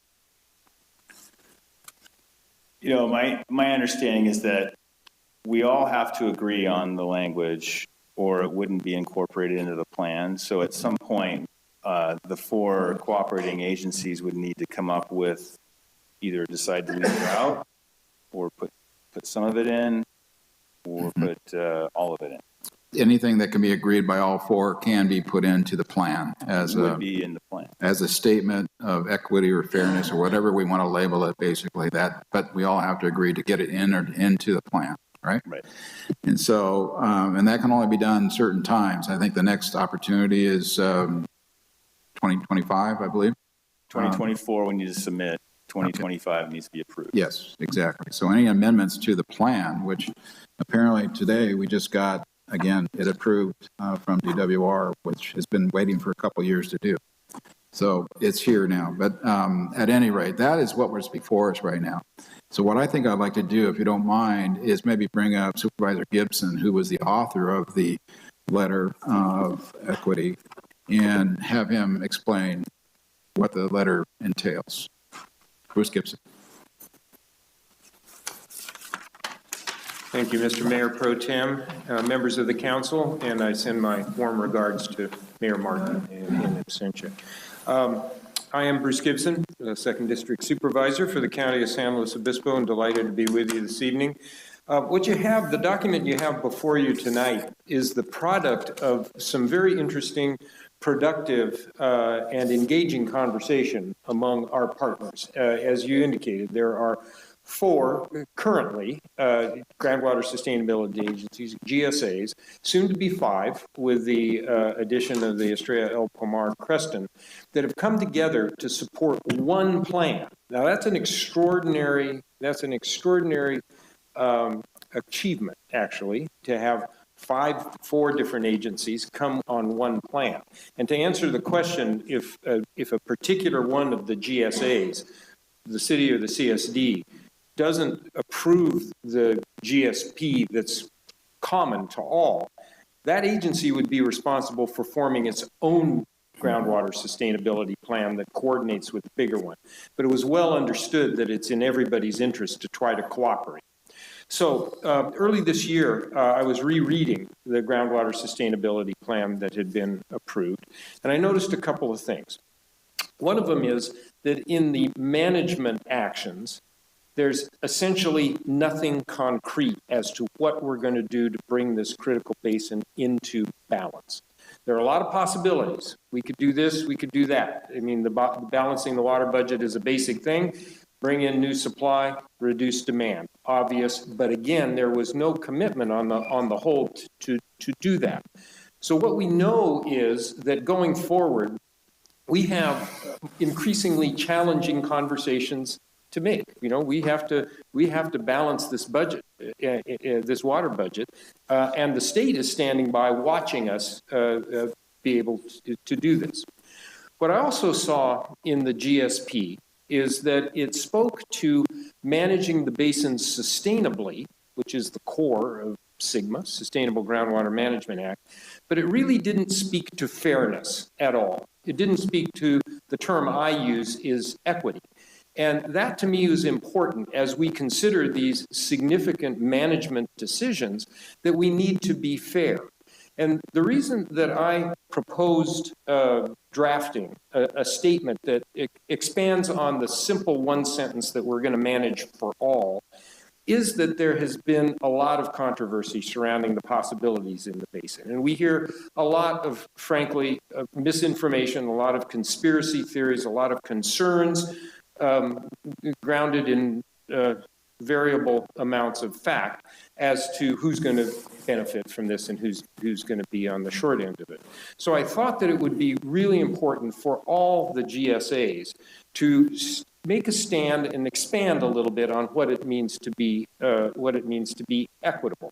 And the ideas that it addresses are general in scope. And I have a little bit of a different opinion than your staff's in what this means, because I put a first draft out there to be considered by all the partners and any stakeholder that was interested. I put it out to the cooperative committee and to folks like the Wine Country Alliance and the Farm Bureau and Estrella El Pomar before they became a GSA. And I got a lot of feedback. And that was great because it started a conversation that I think has been productive. Two things. One of them is that it was uniformly the case that folks didn't want specific reference to projects in this statement. This is a general statement of principle. And I understand that, and I agree with that. And so the language changed over a couple of drafts. The other thing is that, of course, you know, trying to write something by committee is always a challenge. And so there were questions about specific word choices, and we added a word here and we added a word there. And equity is a word, Mr. Bausch, that came up. It does cause some people to be suspicious. I want to assure you that this statement means nothing more than what the words on the page say it does. And if folks have concern with the word equity, I would suggest they just substitute the word fair or fairness. And if they see equitable, substitute fair. Those are synonyms that are absolutely the case. But what we have tonight is the product of, again, a lot of conversations among the partners in the Paso Basin and absolutely related stakeholders. And this was the language that has been, that the cooperative committee decided unanimously would be good for each of the GSAs to consider. The idea here is, and three of them have already and endorsed it. That would be the county, the Shannon San Juan Water District, and the Estrella El Pomar Water District. It's under consideration, and I'm talking to the San Miguel CSD, and I'm again very pleased to be with you tonight. But the idea is that this document expresses important principles, and that it provides a framework, not a mandate, absolutely not a mandate. It is not a binding commitment to any particular management action. It does not, this document does not direct us as to what crop types could be grown or not grown. It speaks to the different hydrological situations as one of the complications in determining what is fair. And so my ask of you tonight, where I come to tonight is if you can find your way to direct your staff to endorse this particular statement, that's great, because you'll join 3 of your partners in already, and hopefully a 4th with San Miguel, in expressing this as an important idea. This is not an amendment to the GSP. It would be guiding principles that we would use as we speak to management actions, and we can certainly open up the conversation of the specific wording of these ideas when we do get to the point of correcting or of amending the GSP. So with that, that's my framework for your consideration. Again, I very much appreciate it and your staff's interest in this, and I'm happy to answer any questions. Thank you, Bruce. Back to council. Do you have any direct questions for Bruce Gibson? Councilman Gregory? I'd like to hear from the public first, if I may. Okay, very good. Thank you, Bruce. So we'll go ahead then and open it up then to the public. Anyone wishing to address this, please come to the dais and state your name in 3 minutes.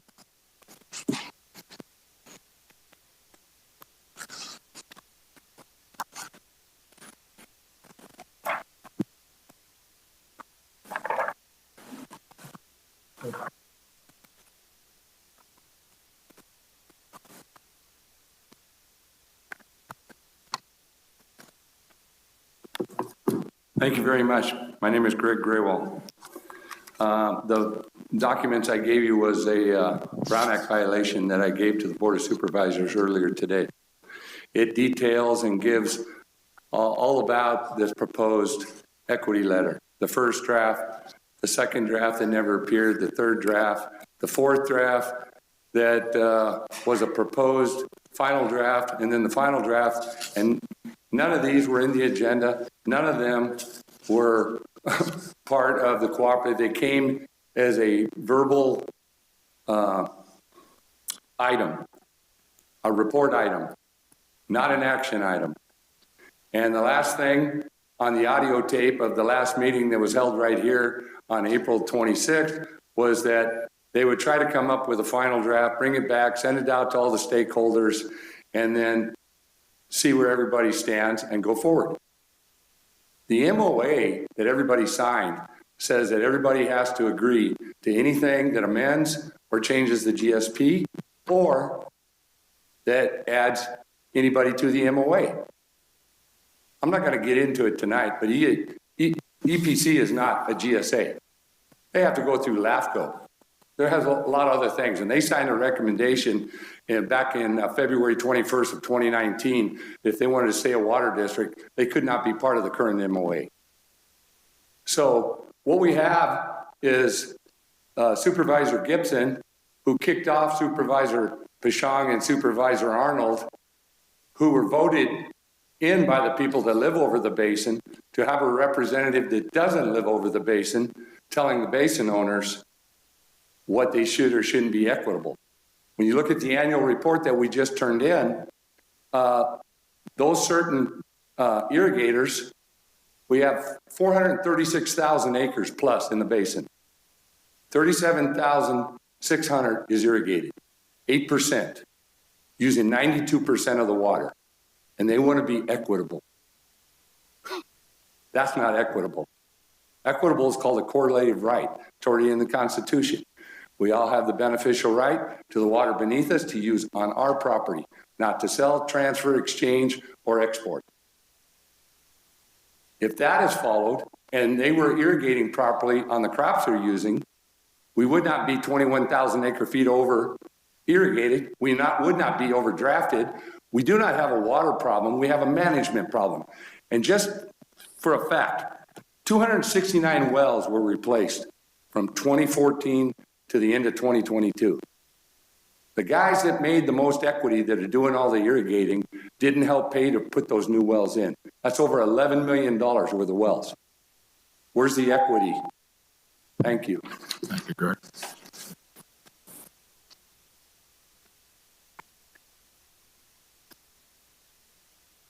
Welcome, Cody. Good evening. Cody Ferguson, Paso Robles. I too have been a water warrior since 2013 or 2012. Been following it been to all the GSA meetings and so forth. I was at the meeting when this equity letter was dumped on the GSA. If I remember correctly, it wasn't even agendized. John, I know you were there. And this equity letter has not been before the 4 GSAs that you outlined. There's been no vote to advance it to the city council, and what it's doing here, I'm not quite clear.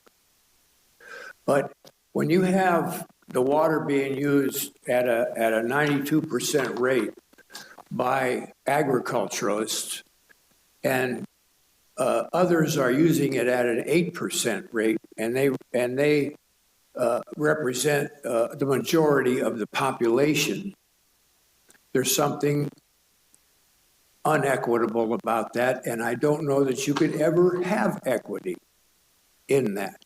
Nor do I think the small landowners that live on wells, as I do, care one way or another how much water the agriculturists use as long as they don't have a dry well. As a result, and let's be clear, let's not beat around the bush. Farming, or grape growing, I should say, and deep agriculture wells have put 269 wells out of business, and they had to be replaced over the last 8 or 10 years. So it's very difficult to just pass a word on equity and so forth. And there's also a proper method to go about bringing a letter to the GSP. It's approved now. We had to make some changes to get it approved, but we haven't. It has to be watched for a couple of years now, and we'll see how it works. But I don't think it's an unequitable document as it exists. And I would ask that you table this particular letter until further notice from the GSA. Thank you, Cody. Dale? Dale Guston. When I came here in '79, the east side was mainly dryland farming. And so I've watched the growth of all the vineyards and agriculture and irrigated lands and so forth. And I also find that there's some unleft statements. When we had a problem with some wells going dry and that, the county passed a moratorium on drilling. Well, as you know, an ordinance takes 2 readings. Between the first and second reading of that ordinance, a bunch of rich vineyard owners went out and pulled a whole bunch of permits, as they could. And they sat on them until they wanted to use them, and they started using them.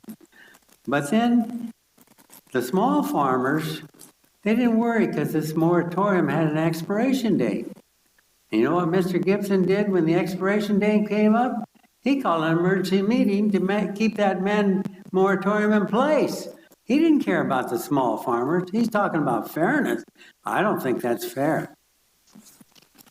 Sure. Thank you. Anyone else?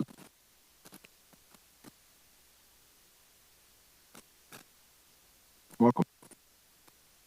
Forgive me, I got a little late here. I'll fill out a card and give it to you. Michael Rivera, P.O. Box 3134, Paso Robles, California. You know, when I hear the words equity and fairness, I get really suspicious. Because your idea of equity, and your idea of equity, and your idea of equity and fairness may be completely different than mine. I don't know. Unless there's specific language that outlines, and this is a generality, in the reports or in this resolution that Mr. Gibson's asking you to take on, I think you need to be very suspicious because you don't know where this goes. You know, the water is probably one of the most complicated issues in the state of California. It's been fought over in the Santa Maria Valley. I recall there was a big battle in the Santa Maria Valley regarding water. It was a big deal. Cost millions of dollars to litigate.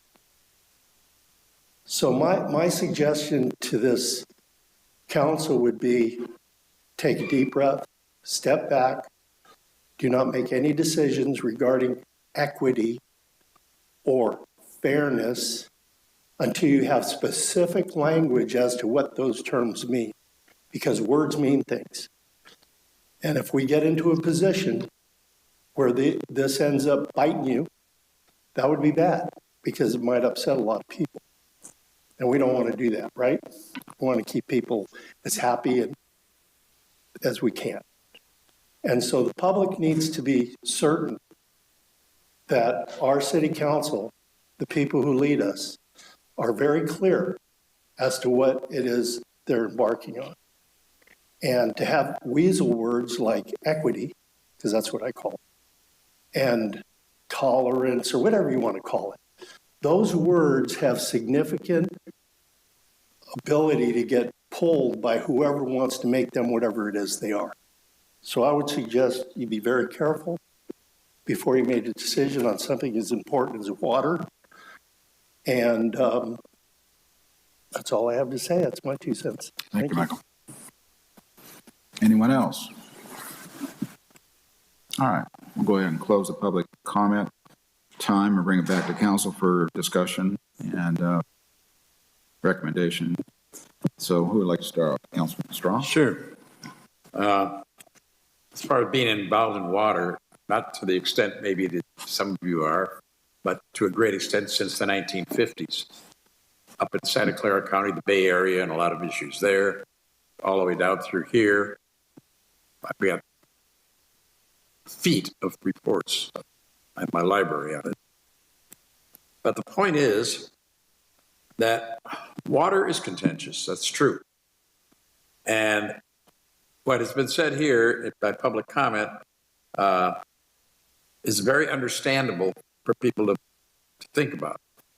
But this particular group has actually gotten together and agreed on a great deal already. And it is a limited resource. And it's like, if somebody says we have a right to travel, and that everybody agrees we have a right to travel, doesn't mean you have a right to a car. Government doesn't have to give you a car so you can travel, or a bicycle so you can travel. You have a right to do what you are able to do with your resources. And if that gets debated, then we have a problem. Because we can't, I don't want to see this become a situation where we start sharing resources because one person has more than somebody else does. Any more than we want to share money because one person makes more than someone else does, and therefore everybody should make the same amount. Or everybody in school, as I said before, should all get the same grade. So it is a problem. And I'm not sure how we're going to resolve it. But what I'm pleased with is that this group has gotten along well so far together without such a statement. Now, as they move forward, they may want to do this, but I'm really getting very uncomfortable with trying to say, yes, I'm going to endorse a specific topic at this point in time to then carry forward to them. Because I think that's something for them to put together and agree. And if Mr. Gibson can, or Supervisor Gibson, can get them to agree with this statement as a group and bring it back to all our groups, that's, I think, the appropriate time to really consider it, rather than now. And to that extent, I agree with the public. Bruce, you'll have your chance to say something, I think. But I'll let it go at that for now. Let you have one for discussion. Councilman Bausch.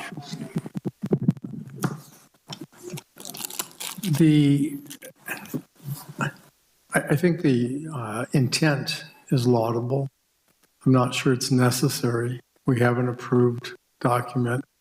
I don't know that tweaking it at this point, sending it back, it makes any sense to me at all.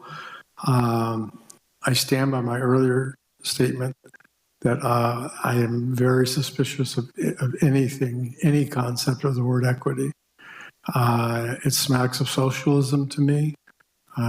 It takes away something that belongs to somebody else and hands it off to another person.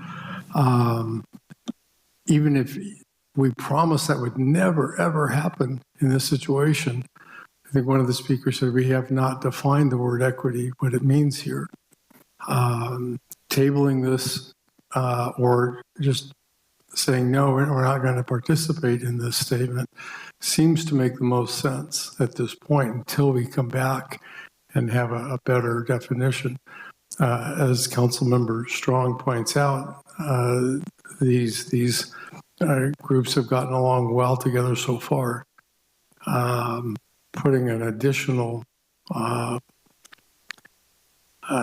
layer on top of that, I just don't see the need for it at this time.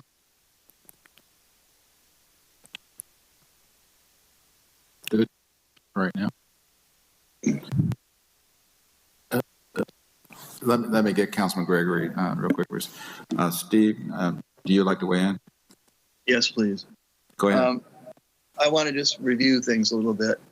So I think everybody has already said it, but we've done an incredible job getting everybody together on this.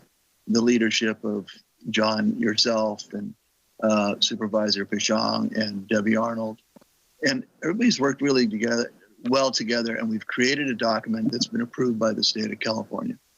And it's coming down, which is great.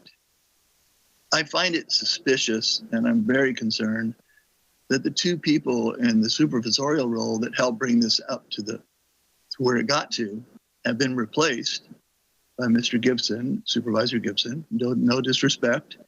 And then he provides a document like this to us 2 months after he's in office, after we've been working with these folks for years. And that just sends alarms off all over the place with me. And the language, the way it's being done, I think that it has worked so well to date that this is an unnecessary document even to consider, in my opinion. But I do like fairness in actions and stuff like this, but I am vehemently against this, and I do not support looking at this document or considering it. Thank you. All right. Thank you, Steve. Let me weigh in a little bit here, Bruce, and I'll let you have one more shot. Again, it's been a long road that we've been on this journey through the cooperative committee to get to our GSP, and it is now approved. We have it in our hand. I basically applaud Bruce for doing this in a way, because as we move forward, we're going to have to make some tough decisions on sustainability. And if you have a document that states our foundation, if you will, on how we're going to proceed, I think that's important. But how it's written, I think, is also the way it's proposed here sent a couple alarms off on me too. I mean, at this point, I actually crafted something too that just was more simple, to the point of fairness. And if it's adopted into our GSP, that'll be a foundation on how we move forward on projects. And this is, again, going to be the hard part. We've just been approved on our plan, but that plan states that we are going to have to be sustainable in so many years. And to do that, we're going to have to get rid of our overdraft. And that's going to be tough. And it's going to have to be done equitably, if you want to use that word right now. But fairly is, I think, more in my mind. Whenever we move forward on anything, it should be fair to all concerned as best possible. Again, this is going to be a tough one, but I think, again, if you want to say one more word to this, Bruce, I'll let you have the podium.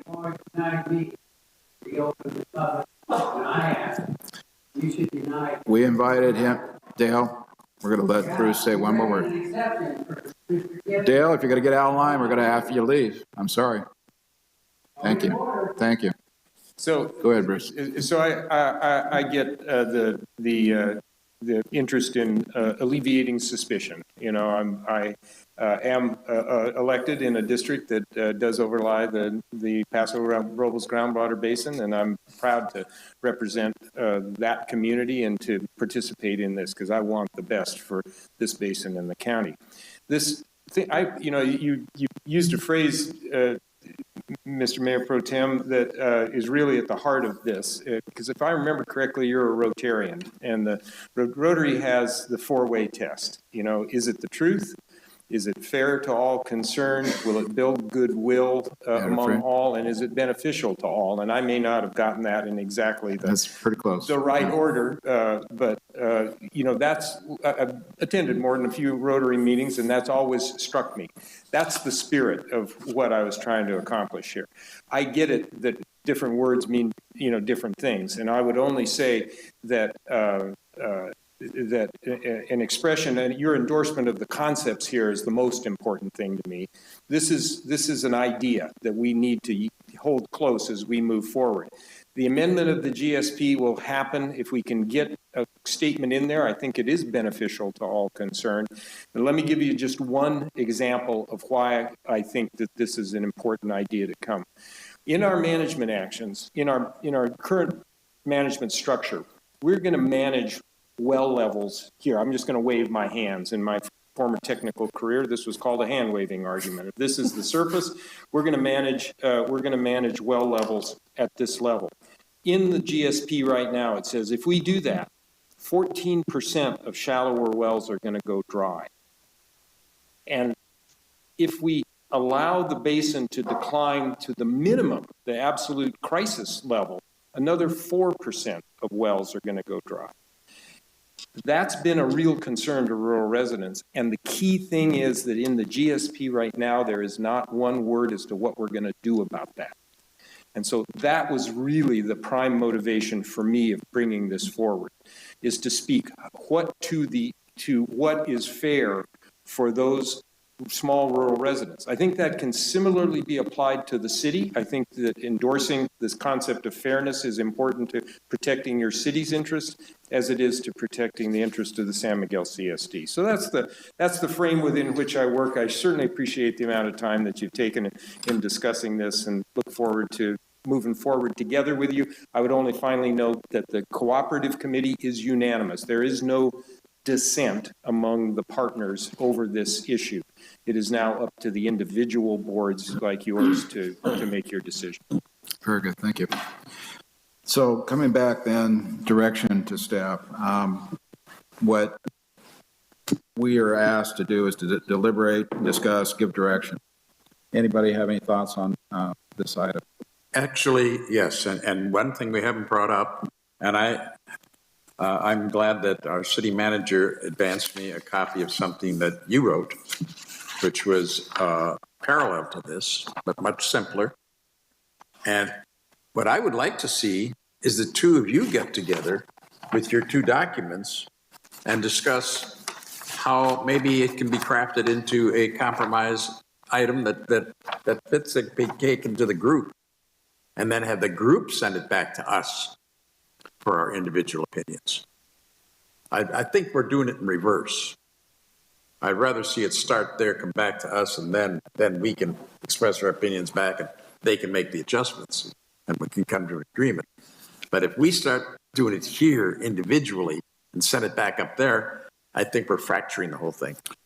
I kind of agree with that as well, that the cooperative committee probably should have vetted this more verbally and in public and throughout the whole process before actually the agencies, the 3 or 4 different agencies were to actually discuss it. But we are where we are. And again, I'd be happy to, I always work with Bruce or anyone else that we, on a common goal. So if we can do that, maybe that might be something we can bring them up at the next cooperative committee, that we do a little ad hoc. And because I think, again, from what I've heard, San Miguel has some issues with it. But again, it's a work in progress in the way I'm looking at it right now. So, Chris, do you have anything further on this? I appreciate the document that you put forward. That took some time and effort. I'm not going to comment on something that might happen in the future. I think that's certainly one thing to consider, but not prepared to do anything tonight. I would just reject both statements tonight. I don't think it's necessary for Paso Robles. Councilman Gregory, comment? I'll agree with Councilman Bausch on that. I think I think it needs to be looked at very carefully and uniformly amongst everybody, so that everybody's informed, everybody has seen the document, everybody's felt the document, and everybody's in favor of it or whatever. But the way this is going, I would say table it and come back around and let's get together as a group, as we did so well, creating and getting the GSB approved. So I'd say table it. Okay, I'm going to throw a little curve here. I'd like to try to maybe get staff involved. I mean, that's, you know, this is our agency, our staff, David, Christopher, Kirk, Ty, we can all get it together and bring something forward that I could take back to an ad hoc, so to speak, that might be able to hash out a little easier, that might be acceptable to all. David, do you have anything comment-wise that you might want to throw in? Thank you, Board Member Hammond. You know, I just wanted to, kind of the themes I heard tonight were, you know, you want more specificity around the word equity or fairness, like a definition. You want staff to look at a simpler statement for fairness, incorporating some of these themes. And then it sounded to us like you wanted to come back after crafting language with the other GSAs for further adoption, which is what we actually recommended also. We wanted to, this isn't a presentation to have you adopt this specific language. Really, we're just looking for feedback. How do you want us to go back and work with the other GSAs and respond? What is it? What are your concerns? I think we heard those tonight surrounding the language and the, the possible being more specific, and then, in terms of the feedback and working with Supervisor Gibson, Mr. Hammond, I would leave that to the board. Okay. Yeah. Yes. I'd like to suggest something, and that is the importance of this is how it's going to be used. And its purpose is so that they can use this as a platform in going forward with some of the work they're anticipating doing. And I would say that that has to be the central motivation for how this is worded, is how can it practically be used by the group in order to get to where they have to get. All right? Because that's really what the whole purpose is, I believe, is to give kind of like a framework of, okay, how are we going to make these decisions? And that's basically, I think where you have to go. Okay. In fairness too, this wasn't put out on any agenda item that I wrote. I mean, so the public hasn't seen it. It was just my attempt to try to concise and thin it up a little bit. But I think we have a... Mr. Hammond, just for clarity, yes. We're going to make some copies of that right now, okay. So that they're available to anybody in the public who wants it. And then we'll also be posting it on the website and attaching it to the minutes, or I'm not sure. Melissa's going to get it out to the public. I don't know the exact process. Yeah, the public can see what I threw out. And again, it's all about discussion and improvement. So, okay. So I think staff has enough direction. Yes. Bruce, we're going to get together. You bet. Okay. Thank you. You bet. Appreciate it. So I'll make a motion that we table. I don't know that we need a motion. It's just a receive and file Oh, report. receive and so I file, think that's we're fine. good. Okay. And for anybody who would like copies of Mr. Hammond's statement, we'll be getting those in just a few minutes. Just let the city clerk know. Okay. Thank you. Do we Now, need we'll get back to the regular agenda. We have item I, consent calendar. And these are items that are considered routine, not require for separate discussion, and or if any of the council wants to pull it for discussion, or any of the public wish to pull for discussion, we can certainly do that on any of the items. Tonight we have items 1 through 11, and I'll start with Councilman Strong. Do you have anything you want to pull? No, sir. Thank you. All right, Councilman Bausch. A couple questions. Item 4 on amendment to professional service agreement with Townsend. Just to confirm, that's an additional $90,000 per year, not an additional $180,000. I'm sorry, I was sending that equity statement. Can you repeat your question? So he's on item 4. How much are we going to spend with Townsend over the next year? Councilmember Bosch, Chris Hugh, Assistant City Manager. You're correct. This is an amendment to the agreement. It would be for an additional $90,000 for next year, not $180,000. Thank you very much. And then just a quick question on item 5, the Youth Commission appointment. Was Mr. Perez interviewed by council on May 10th? He was not. He applied after that. And so is that normal routine to accept applications late? In this case, one of the applicants was not eligible. Staff discovered that after the interviews. One of the approved applicants? Correct. Okay, so was there any interview process? There was no interview. Oftentimes when we only have a single application, City Council does not necessarily conduct interviews. We can arrange for that if you prefer. No, I'm just curious. I didn't know that was routine. So just point of clarification. So basically, the staff is Appointing. not appointing, but basically proposing. We're going to appoint. Correct. Right. Okay. Thank you. Right. Thank you for that. You bet. Councilman Gregory, any questions on the consent agenda? Yeah, I just had a quick question on item 8. Do they know what caused the sinkhole? David Carl. David Lucaro, Public Works. So our estimation is that there's a 36-inch corrugated metal pipe that was built in 57. It's an older pipe, but from what it appears is that this last major storm event had eroded the bottom of that pipe. And we saw evidence of root intrusion and soil exposure, and it looked like that's what the cause of that sinkhole was. The failure, right. Very good. Thank you, David. Thank you, David. Okay. That's it for me. Good for Councilman Gregory. Okay. All right. So we have items 1 through 11. Anybody from the public wish to pull anything? Seeing none? Okay. Bring it back to council for direction and/or action. Move. Councilman Gregory votes to approve items 1 through 11. Second. Motion by Gregory, second by Strong. Roll call, please. Councilmember Gregory? Aye. Councilmember Strong? Aye. Councilmember Bausch? Aye. Mayor Pro Tem Hammond? Aye. Motion passes unanimously. Very well. Okay, we're going to open the public hearings now at this point. Did you want me to? Oh, sorry. Yep, Ty. Report on items approved. Sorry. Getting ahead of you. Okay, there's a lot going on. So the first item is the approval of the June 6, 2023 City Council meeting minutes. Item 2 is the receipt of the warrant register as prepared by Ryan Cornell, our Administrative Services Director. Item 3 is reaffirmation of AB 361, Resolution 23018, which approves remote and hybrid remote in-person public meetings. Item number 4 is amendment of the professional services agreement, which we briefly gave you a summary on. I'll spit it out. Towns and Public Affairs to renew our advocacy and grant writing.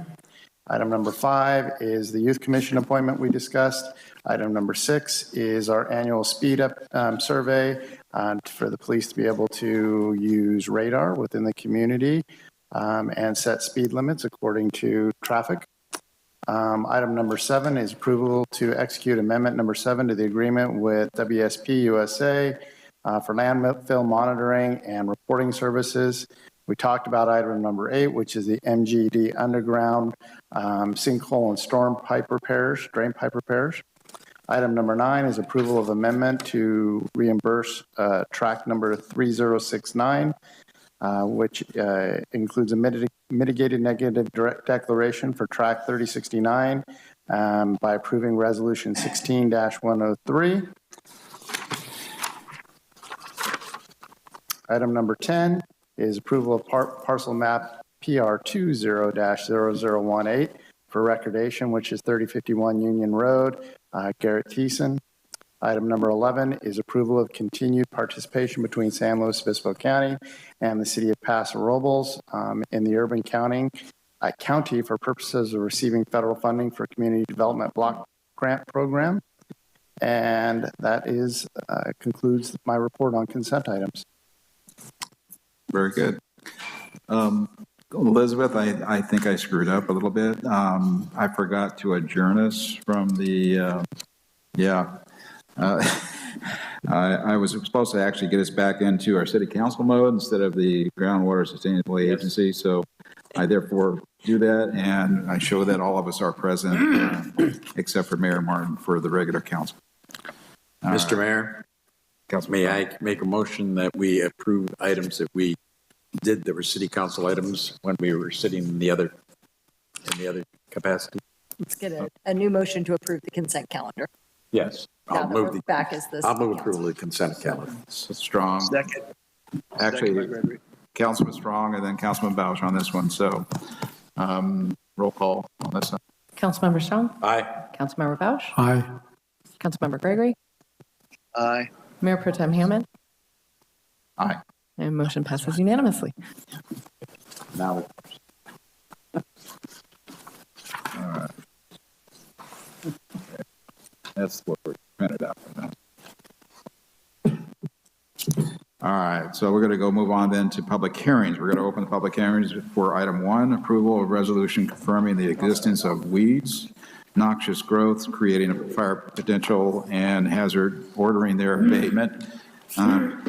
We have Battalion Chief and Fire Marshal Paul Patty. Welcome, Paul. Good evening, Mayor Martin, Mayor Pro Tem Martin. Good evening, Mayor Pro Tem Hammond, members of the council, city staff, and members of the community. The 2023 Hazardous Fuels Outlook. Paso Robles experienced a significant increase in late seasonal rain. We recorded 28.86 inches, more than doubling our recorded average since 1942 of 14.08 inches. This much needed rain for crops also grew our hazardous fuels to heights taller than we have seen in recent years. Without periodic rain, these tall weeds dry out and become hazardous fuels. Paso Robles takes a proactive approach to these hazardous fuels. Ordinance 1048 NS was adopted into the Paso Robles Municipal Code in 2018 to establish minimum requirements regarding the abatement of hazardous weeds and rubbish. Last Thursday, a property we identified as being non-compliant with the ordinance had a 3/4 acre vegetation fire. Historically, our vegetation fires increase in size and quantity from July through November each year. Our weed abatement program and our riverbed fuels mitigation plan have reduced our risk of adverse fires. 2023 abatement inspections. The city of Paso Robles has approximately 11,700 parcels. Those parcels were inspected for compliance with Ordinance 1048 NS during the 3rd week in May. The inspections found 1,072 parcels to be non-compliant, the most since the ordinance was adopted. Property owners found non-compliant were mailed a notice to the address on record with the county assessor. Additional notice was sent to occupants of those properties. Follow-up inspections the last week of May found that 1,072 number to be reduced to 457. A second letter was sent to both property owners and occupants in the 1st week in June, with subsequent inspections finding the number of non-compliant properties reduced to 277. Properties were staked last week with a notice of hearing with today's date for those that had letters returned as undeliverable. Inspections are ongoing, with the non-compliance number reducing each day towards the goal of full compliance before July 1st. As of this evening, the list provided to the council as Exhibit A has further reduced to 31 properties in violation of Ordinance 1048 NS. Tonight, we ask that the remaining properties listed in Exhibit A be declared a public nuisance, thus granting the fire chief the authority to abate the nuisance for those non-compliant properties. That's the end of my presentation. I'm happy to answer any questions you may have. Thank you, Paul. Councilman Strong.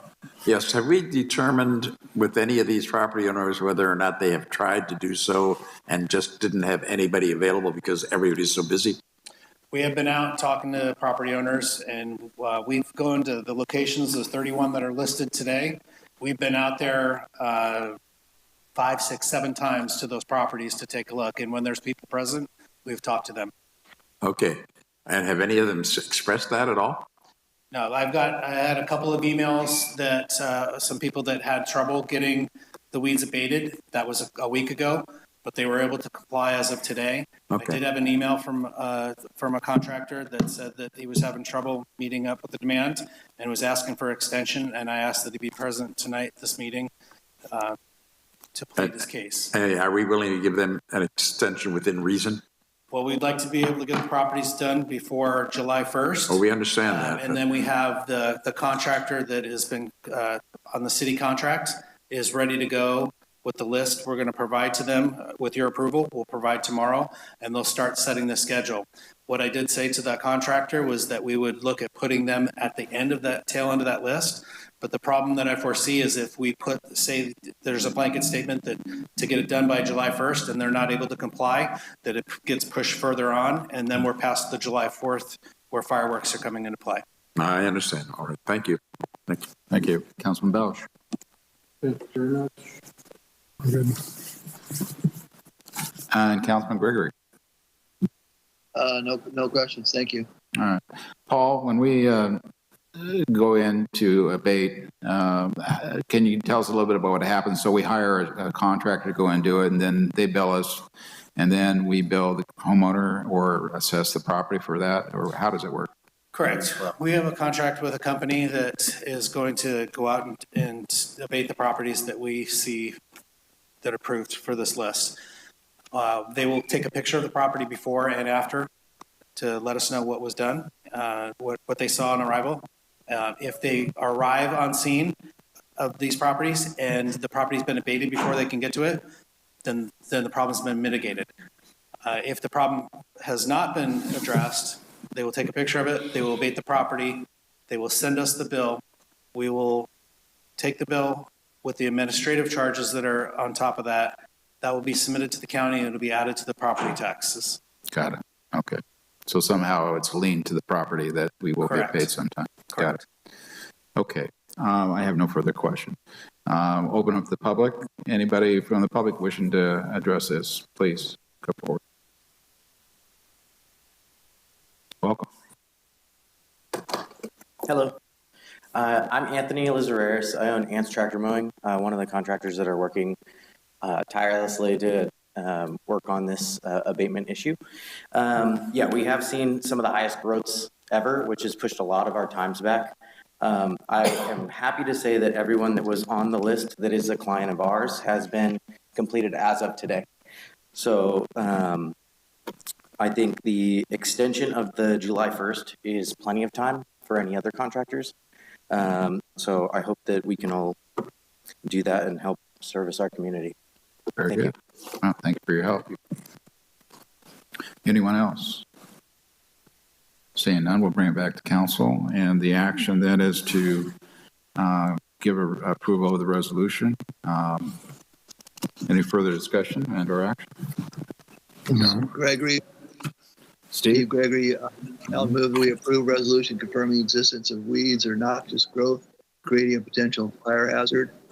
Approve resolution 23XXX confirming the existence of public nuisance described in Exhibit A and ordering the abatement of weeds or noxious growth to abate the nuisance. Okay, we have a first by Councilman Gregory. Second. Second by Councilman Belsch. Belsch. Okay. All right. Strong. No, I don't care. I'm sorry. Either way. Yeah. I was thinking you were going to do it. All right. So second by Councilman Strong, and call for the question then. Thank you. Councilmember Gregory. Aye. Councilmember Strong. Aye. Councilmember Belsch. Aye. Mayor Pro Tem Hammond. Aye. Motion passes unanimously. Thank you. Second public hearing is going to be the approval of Consumer Price Index, annual inflationary adjustments, annual position-based adjustments, and amendments to the comprehensive fee schedule for fiscal year 23-24. Welcome. Good evening, Mayor Pro Tem Hammond and council members. My name is Catherine Piatti, and I am the city's finance manager. As I do each year, this evening I have the opportunity to present to you the proposed annual updates to our comprehensive fee schedule. The fees included in the comprehensive fee schedule are deemed to be those in which a particular individual or group is the primary beneficiary as opposed to the public at large. As a result, it's more equitable to charge that individual or group for those services rather than funding them out of general taxes. Typically, the city adjusts these fees each year to account for inflationary adjustments or position-based adjustments, either based on the consumer price index or the hourly rate associated with staff to perform these services. However, in addition to CPI increases, city staff does review these fees each year and proposes additional amendments or recommendations, such as tonight, we are recommending fee increases or discontinuations or amendments to allow either for greater cost recovery, to maintain or increase the affordability of certain services, or discontinue or add fees in response to a change in community need. The updates that I will be presenting this evening do include the basic annual inflationary and position-based increases and adjustments, as well as fee amendments above and beyond what CPI allows, or the addition or discontinuation or restructuring of fees within the police department, the emergency services department, the community development building division, and the newly created utilities department. Additionally, I want to highlight just a few organizational and operational updates that were made to the fee schedule as well in order to maintain clarity and ease of use for citizens and staff alike. But before we start, I would like to mention that initially amendments to the Public Works Airport Division were going to be included in our proposal this evening. However, those have been deferred to a later date in order to allow the Airport Commission to review and provide input prior to City Council consideration. So as such, no information regarding the proposed fee amendments for Airport Division fees will be presented or discussed this evening, and they will stay static until brought back to Council at a later date. All right, first up this evening is one of the organizational updates that I mentioned.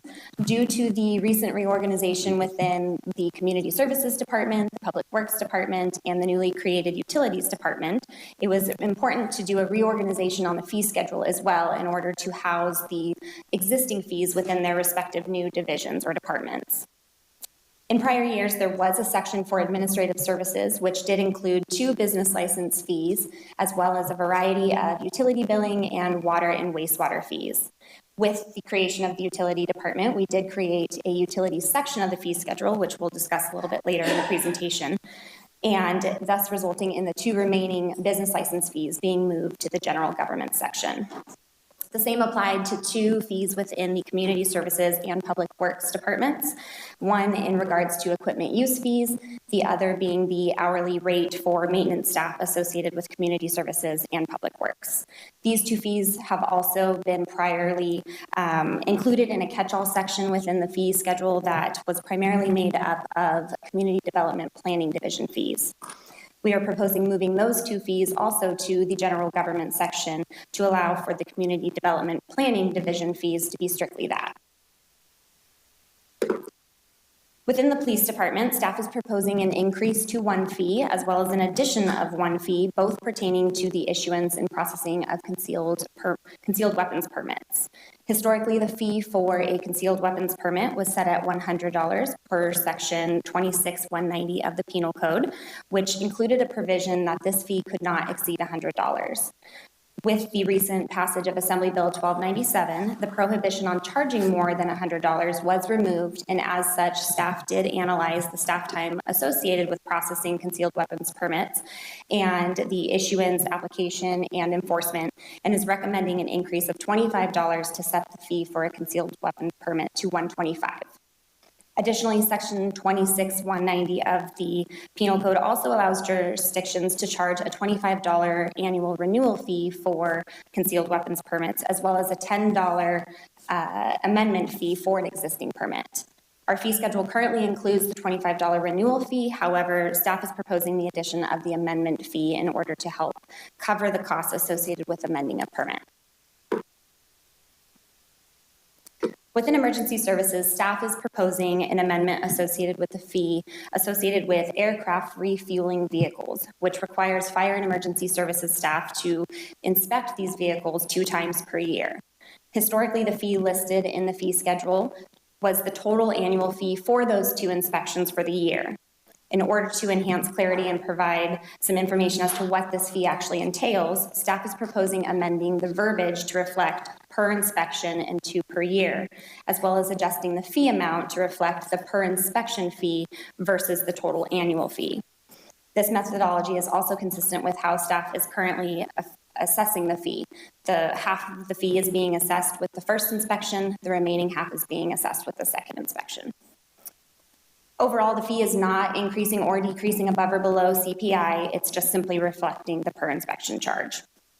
In order to provide additional context, we did apply the same methodology to the prior year's fees that are included in the fee schedule. That way the year-over-year change is more transparent. Additionally, staff is also proposing the discontinuation of the fee associated with the annual permit for mobile food preparation vehicles due to recent code updates in the 2022 California Fire Code. Prior code did require emergency services to perform inspections on all mobile food preparation vehicles. However, with the recent code updates, health and safety aspects of mobile food preparation vehicles will solely be covered by the county health department and the inspections that they provide. Lastly, staff is proposing formally adding the existing business self-inspection fee to the fee schedule. As noted in the staff report, the city attempts to capture all charges for services in one comprehensive document. The current business self-inspection fee program was developed back in 2016 in an effort to maintain compliance during a time when call volume exceeded current staffing capacity. Staff could not perform the regularly scheduled site inspections at that time. The self-inspection fee is intended to cover the staff costs associated with processing that self-inspection form. Besides the initial selection and outreach to qualifying businesses that are eligible for the self-inspection program, each inspection that is returned is reviewed for safety and compliance and entered manually into the records management system. This takes about 25 to 30 minutes of staff time. At current staff costs, the existing $45 self-inspection fee does not achieve 100% cost recovery. However, keeping this fee on the lower side encourages businesses that are eligible for this program to take advantage of it. Typically, in comparison, a typical low-hazard business owner would pay between $90 to $493 for a physical engine company inspection based on their square footage. No increase, again, is being proposed for this $45 self-inspection fee, just simply taking the action to formally include it in the fee schedule.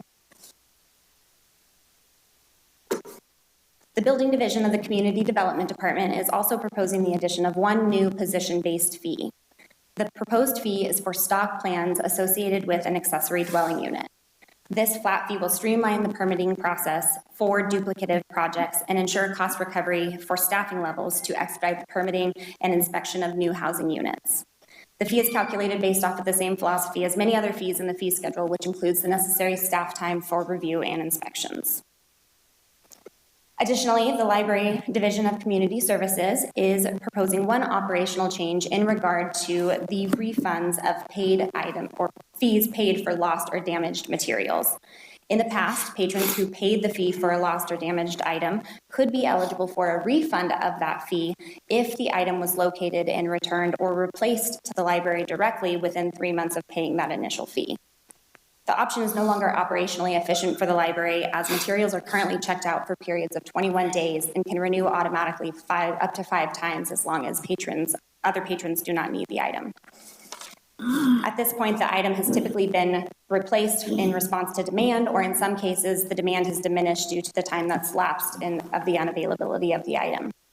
In this instance, alternative materials are purchased that are more responsive to patron needs. As previously mentioned, a new utilities section of the fee schedule was needed in order to house all of the new and existing utility-related fees.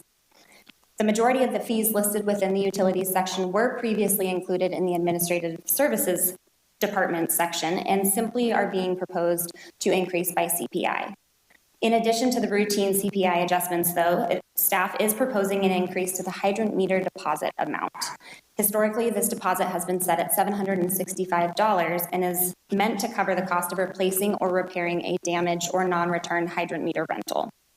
The deposit, currently the costs for a standard hydrant meter are between $1,500 and $2,000. Staff is proposing that the deposit be set at $1,500 to more accurately reflect the cost involved with replacing such meter. The deposit should be noted that it is also included in the film permit section of the general government section and will be adjusted accordingly to updates that are made within the utilities section. Additionally, staff is also proposing a new fee and a decrease to an existing fee, both also related to hydrant meters. Currently, there is no fee for actually setting a hydrant meter. However, there is a hydrant meter relocation fee.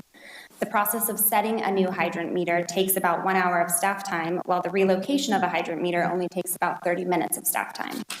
Staff is proposing the addition of an actual hydrant meter set fee equal to 1 hour at the hourly rate for a utilities maintenance staff, and proposing the decrease to the hydrant meter relocation fee to reflect half of the hydrant meter set fee to reflect the accurate time and resources needed to perform this function. Also related to hydrant meters, staff is proposing the discontinuation of the monthly hydrant meter rental fee.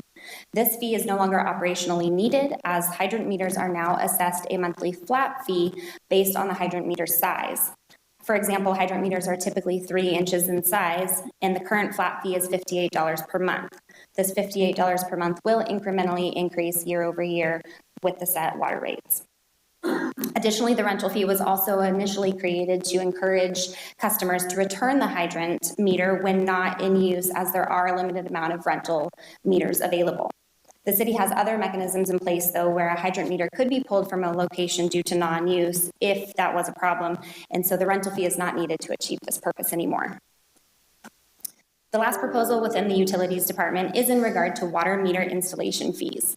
Although previously adopted by Resolution 3120 as well as Resolution 13076, the fees for the installation of water meters have never been formally added to the fee schedule, and they have remained constant since their initial adoption.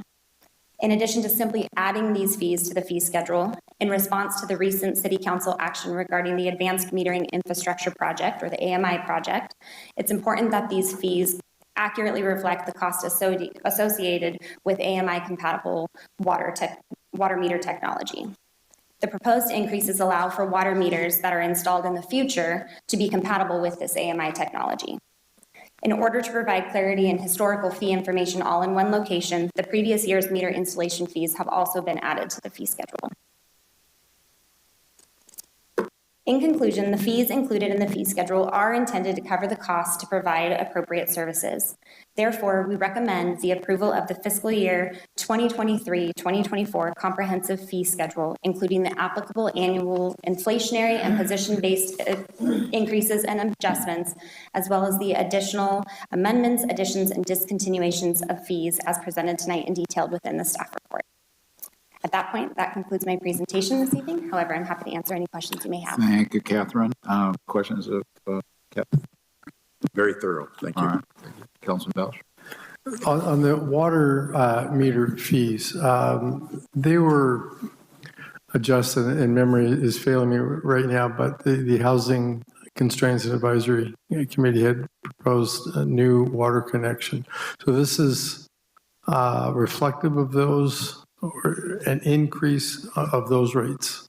So water connection fees and water meter installation fees are two different. Two separate things. Yep. Thank you for the clarification. Mm-hmm. And Councilman Gregory. That was my question too, about the water meter connection fee and the reason for that going up so much. Okay. It hasn't been raised since we started, or? What was the question again? On the water meter connection fees, like with 3/4 inch and 1 inch meters, the rates have almost doubled on those. Is that because they've never been raised? Correct. Part of the reason is they have not been raised since their initial adoption. The other aspect to that is the difference in technology that will be needed to abide by the new Advanced Meter Infrastructure Project. Okay, so that's right. That's for readless meters, so to speak. Okay, good. Thank you. You're welcome. And that was one of my questions, Catherine, too, was, I mean, there's a lot of different parts of this that we're increasing, but in general, the reason we are doing it is because they haven't been increased in some time, correct? Okay, and then the last thing I had was the one of the items there about self-inspection. I think I saw in there. Does the city have any or assume any further liability when a business owner does his own inspections? Is there something we have to be worried about that if he doesn't do it correctly and then something happens, or? Sure. I'm going to defer to Jonathan Stornett. Jonathan probably can get that, yeah. So one thing it doesn't, sorry, Jonathan Stornett, Fire Chief. One thing it doesn't mention in there is we conduct the initial assessment before we allow it to go to the self-inspection. Okay. So they have to mitigate all hazards and they have to be free of any code violations before we allow them to move into that program. I see. And then on the after the initial inspection, we're not doing it annually anymore. No, it'll be a self-inspection and we'll review the form. Correct. Yes. And those are just on very small businesses with low hazard, so. I see. Yeah. And it's a savings to the business owner as well to comply, because if they don't comply, they come back out. So you go from a fee of $45 to anywhere between $90 and $400. So there's an incentive there to comply. In an effort to save some money for if they do it correctly. Yes, sir. Yeah. And we can always go back anytime we feel like we need to. Absolutely. Yeah. Right. Yeah, we can just check up at any time. Yep. Thank you, John. Okay. Thank you. That's all the questions I had. I'll open up to the public. Anybody wishing to address the item? Council? Seeing none, we'll bring it back for discussion. Anyone online? Okay. Discussion and or action? No discussion? Hey, John, Steve Gregory. Go ahead, Steve. I'd like to make a motion that we approve resolution 23XXX, adopting the annual consumer price index and inflationary adjustments, the annual position-based adjustments, and the amendments to the comprehensive fee schedule for fiscal year 2023 to 2024. Second. So we have a motion by Gregory, second by Bausch. Any discussion? Call for the question. Thank you. Councilmember Gregory? Aye. Councilmember Bausch? Aye. Councilmember Strong? Aye. Mayor Pro Tem Hammond? Aye. Motion passes unanimously. Okay, motion passed. We've been going 2.5 hours. Anybody want to take a 10-minute break or so? Or do you want to keep going? Good? All right, let's keep going. So then we have item 3, the Peterbilt Truck Dealership Development Plan and Offsite Billboard CUP. Katie? Thank you, Mayor Pro Tem. My name is Katie Bannister. I'm an associate planner with the city. So this is a development plan and a conditional use permit for a project that's proposed on Theater Drive at the southernmost extent of the city. Got the address here, 2805 Theater Drive. So it's entitlements for both the Peterbilt project and then also for a new billboard to replace the existing billboard that exists on the site. As you can see, there are a number of new developments that are going on around the building, around the site. Sky River is doing an expansion to the north. ABI, which is a construction business, is building a site. And then there will be a mini storage to the west of the Peterbilt project. There are existing neighborhoods to the west and south of the site. So existing conditions, this is a vacant site with the exception of the billboard that you can see there on the left side of the picture. Formerly, there was a manufactured home sales business on this site. The property is zoned C2, which is appropriate for a retail sales of vehicles and accessories service, which is what is proposed with the Peterbilt project. So looking at the site plan, there are some oak trees on the site, 3 of which will not be impacted by this project. There are 3 small oak trees that will be removed. They do fall below the threshold of what needs to be approved by the City Council. You can see them in the 3 little green circles there where the building will be located. And so no oak tree removal permit is needed for those trees. So there in orange is where the existing building, where the building is proposed. It's a 25,000 square foot building with sales and service for Peterbilt semi trucks, as well as RVs and other large vehicles that will be repaired on the site. There is a highway-oriented sign for the Peterbilt business proposed in the northeast corner of the lot. It's there in red, and so that's a pole sign that's proposed for Peterbilt. In addition, in the hot pink color, Outfront Media has a billboard on the site, an existing billboard. That billboard is in the way of future sidewalk improvements, so will need to be moved. So a conditional use permit for a new billboard is also included in the entitlements for your consideration this evening. And then the applicant does intend to only use a portion of the site for this project, and so that yellow line was indicated in their exhibits as a tentative property line. So in the future, we may see a subdivision that would allow another user to go on the southern portion of the lot. So here is a quick look at a perspective of the project. Fairly typical corporate materials proposed, so a large building, and you can see lots of trucks being stored on the site, and some for sale, and then also some there for service. So looking more specifically at the front and north elevations, you can see the front of the building there with some signage, and then the view at the bottom is what you would see from Nutwood Drive. The applicant will be providing a short presentation after mine regarding, they'll have, many topics they want to discuss, but one is driveway approaches. The current draft resolution requires the driveway approaches to be reduced to 30 feet, which is the city standard for all commercial driveways. The applicant is proposing a 50-foot wide driveway on Theater Drive and a 65-foot wide driveway off of Nutwood. For point of reference, the asphalt for Theater Drive is 45 feet wide, and that for Nutwood is 40 feet wide. And the applicant will have more information in their slides as well. There are some city policies to keep in mind. As I said, the city standard for a commercial site is a 30-foot max driveway, and that is standard throughout the city. And the project is not only it is a truck route, Theater Drive is a truck route, but it's also on our bicycle and pedestrian master plan as an important bikeway for our community. As I mentioned, there is a highway-oriented sign proposed at the corner of Nutwood and Theater Drive. Currently, the site is not within the overlay zone that allows highway-oriented signs. The project was annexed into the city in the early 2000s, I think 2002, and at that time, the highway-oriented sign overlay was not extended to the site, and so the applicant is requesting that the city council adopt an ordinance to amend that overlay zone to allow them to have the highway-oriented sign, which you see here. The mitigation measures included in the mitigated negative declaration would require that sign to be limited to 30 feet in height.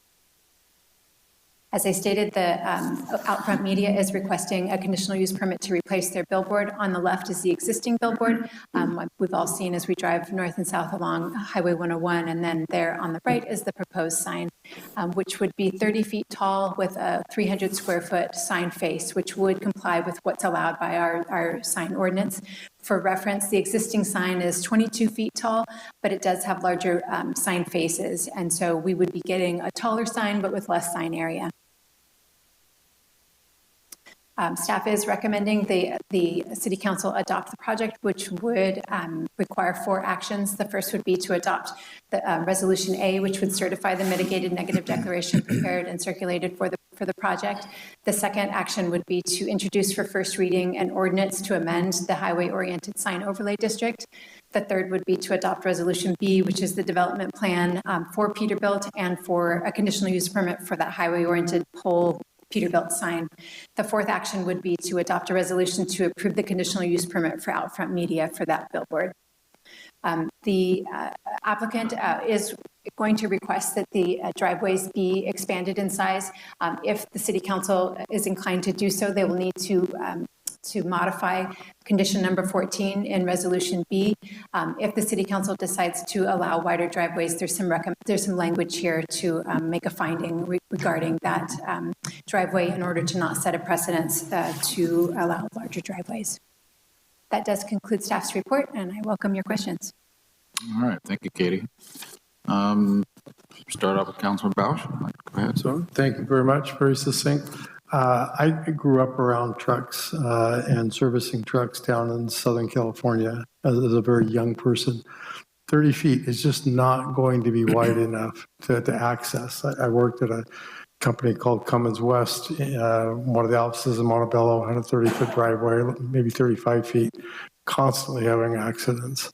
Fences would get damaged, gates would get damaged.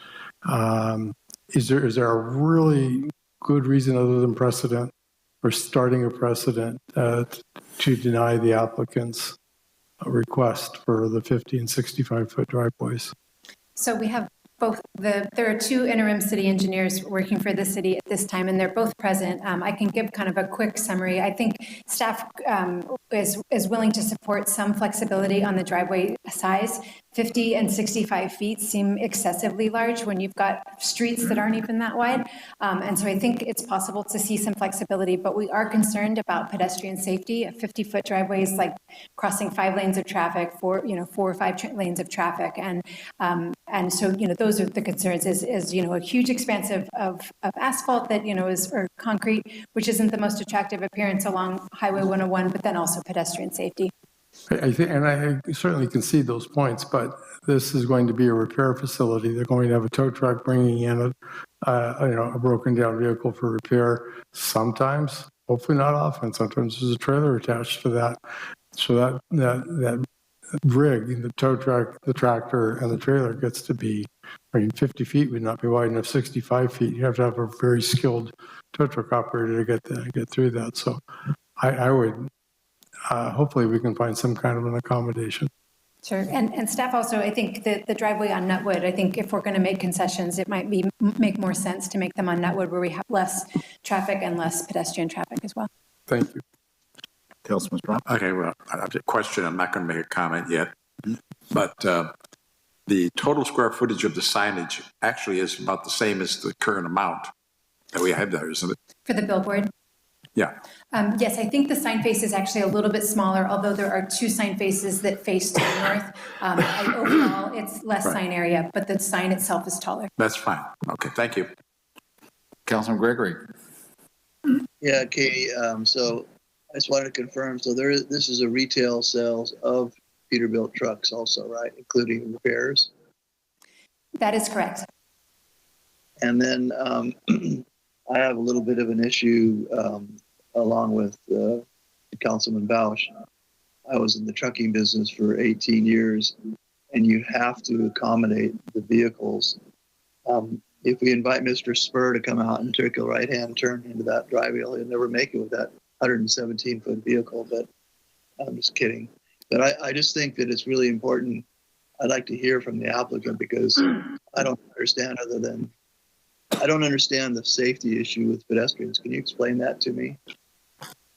So when a driveway is really wide, so curbs are meant to protect pedestrians. They're there for a number of reasons, stormwater, but also to protect pedestrians. So when the pedestrian is in that drive approach, they're in a point of time where they can, be more easily struck by a vehicle. And so the less wide the driveway, the less time the pedestrian spends in a position where they're in danger, in as much danger. And so currently the applicant's asking for a 50-foot driveway on frontage road and then 65 on Nutwood? That's correct. Is that correct? Okay, thank you. Maybe we can have him address that for us, or the person presenting. Thank you. Okay, thank you, Steve. Katie, a couple of my questions was about the sign. On that side of the highway, do we have any other signs equally as high, or what's the, I think Paso Chevy, some other ones are in there. What are those heights?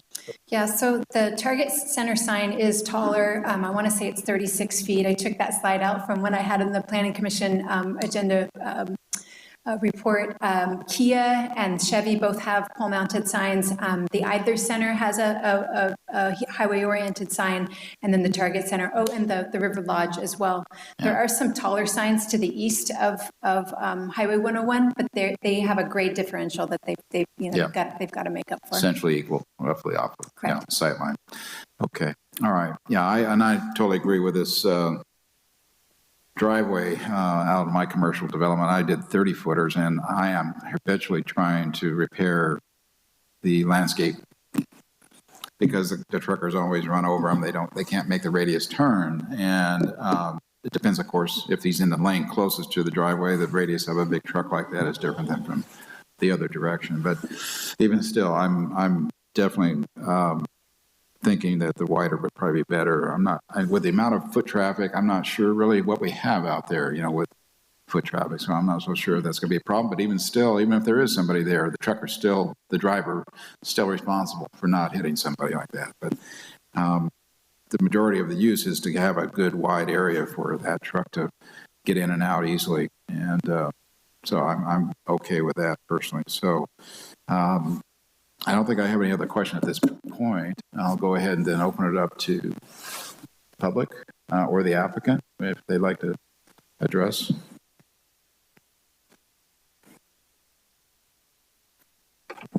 Good evening, City Council. Pamela Giardini, and I'm with Planning Solutions, representing the applicant today. And Laura from Studio 2G is here, and they did the architecture on the building, and she's here to answer if you have any questions, if I can't answer them. So before I start, here it is. Okay, so basically, we went before Planning Commission. They liked everything. The reason we would have come here today, aside from the driveway issue, is just because of the freeway-oriented sign for that overlay district. Planning Commission did recommend approval of that to you. And so the only point of non-agreement, we're kind of there. We've been talking to Joe and Ben a lot over the past week, have had several Zoom calls with them, trying to come to an agreement. But anyway, not quite there, so I'll present our side for this. So basically, what I have here, whoops, sorry, wrong one. There we go, there's my light. We have your circulation element designates Theater Drive as a truck route. And it also says that onto truck routes to try to limit the access to truck routes to one point. So we have done that in the Peterbilt site plan. There's just one access, and we're asking for the 50-foot wide access onto Theater Drive from there. And then to design accesses to parcels to minimize impacts to ensure safe and efficient traffic flow. Well, I'll get into that, into the turning radiuses and how they affect traffic flow and how to make it safer. The city standard requires a 30-foot maximum width. Ben and Joe have been leading towards allowing 40 feet. We still feel like that's not enough, so we're requesting a 50-foot driveway width on Theater Drive and a 65 driveway width on Nutwood. So basically, your circulation element, your truck routes are shown here in the orange. And you've got us here with this loop coming down Theater Drive as a designated truck route. Our on-site circulation shows that a 74 truck has maneuverability on site. So that's the maximum truck length that would come on site. This is what the site design accommodates. We also expect smaller trucks of about 65 feet to be on site too. But just to let you know, on-site maneuverability can accommodate a truck of this size. So looking at Nutwood, on your left is a 74-foot long truck, and on your right is a 65-foot long truck. And you can see, oh shoot, going out of Nutwood and then turning north, they can make that turn fairly easily and stay within their designated lane to going north. It's when turning south here that they do go over into the oncoming traffic. Nothing we can do about the Nutwood intersection, but that would be the same condition if you held it to the 40-foot driveway widths that Ben and Joe are recommending for our entrances. And then on the right here is your 64-foot truck, again turning north, makes the turn okay. Turning south, it does encroach a little bit into the oncoming traffic. So when we look on on-site circulation, you'll notice on the left for the 74-foot long truck, sorry, I keep pressing the wrong button. The truck actually has to go into the spot where oncoming traffic would be coming in, still goes out onto Nutwood and goes this way. And then when turning south here, This is shown as a 30-foot wide driveway because that's what the standard to call for, but even at 40 foot, you're going to be running into the landscaping right here. The truck is going to have trouble staying in its lane. The same exact condition exists with the smaller truck at 64 feet length. 65, I'm sorry. This is a 30-foot entrance on one of the other Peterbilt sites from here to here. As you can see, they've put up these bollards to try and prevent the trucks from constantly hitting the fence, knocking it down, damaging it. So now the bollards are being damaged. So the 30-foot driveway width just does not work. Just to let you know, I tried to stay in the specific area of this project. Idler's has a driveway width of 44 feet, and I measured it here versus, you know, I don't really know where to measure it at, so I measured it at the narrowest point. I'm not a civil engineer, obviously. Target center, now again, it does have a median in the middle of it here. So even if you took 5 feet away from the median, you had a 55-foot width driveway. And right now it measures 60 feet straight across. And then the Arco AM/PM mini market on the east side has a 40-foot wide driveway width here for people to go in and out. So there are exceptions around the city. I'm just mentioning these that are close by. Again, we're on the truck route, so if you went by Albertsons, Walmart, which is on your truck route, those entrances to those sites are also wider too. So basically, in order to support our request, this is a new project whose client is, drives trucks. That's what they do. They're going to be bringing in Peterbilt trucks. They're going to be bringing in RVs. They're going to be bringing in other trucks, tow trucks. That's the service, retail and service department. That's who we're designing this project for. We have limited the access to Theater Drive with one driveway per your circulation element. We have proposed driveway widths promote safe maneuvering while providing pedestrian access along Theater Network. If your council so wishes, if you want us to do like stamped concrete across that driveway entrance to kind of help demarcate pedestrian use there for the truck drivers, we would be amenable to that. The wider driveways do prevent damage to on-site fencing, landscaping, and the frontage improvements. And so this is going to be facing, part of your city facing. You don't want damaged fences and all that kind of stuff showing right out onto the street. So we think a wider driveway approach would be better for looking nice to the community and looking nice to the tourists who visit our area. And then when you're evaluating our request, you have to look at community character. Well, this community down here is commercial. It's a project that's for trucks. We're not near a school district where pedestrian movement, bicycles, that kind of stuff would be, I want to say, elevated a little below more. I don't want to say you should de-elevate pedestrian movement, but it's not going to be as active as such as in a church area or a school area, something like that. And so we are in a designated truck route. We have tried to comply with your circulation element, and we are very sensitive to the pedestrians and sidewalks. And I walk a lot, and I feel like when I come up to like a smaller width driveway, I tend to pay less attention than if I come up to a wider area, because then I go, oh, wow, because this might be a street or something. So I feel like the wider driveways put the pedestrians on alert. And that concludes my presentation. Again, Laura and I are here to answer if you have any questions, and I thank you for your time. Very good. Thank you, Laura. Any questions for the applicant's engineer? Go ahead. So would the applicant be open to signage both for pedestrians crossing along both entrances and then also for drivers exiting the site?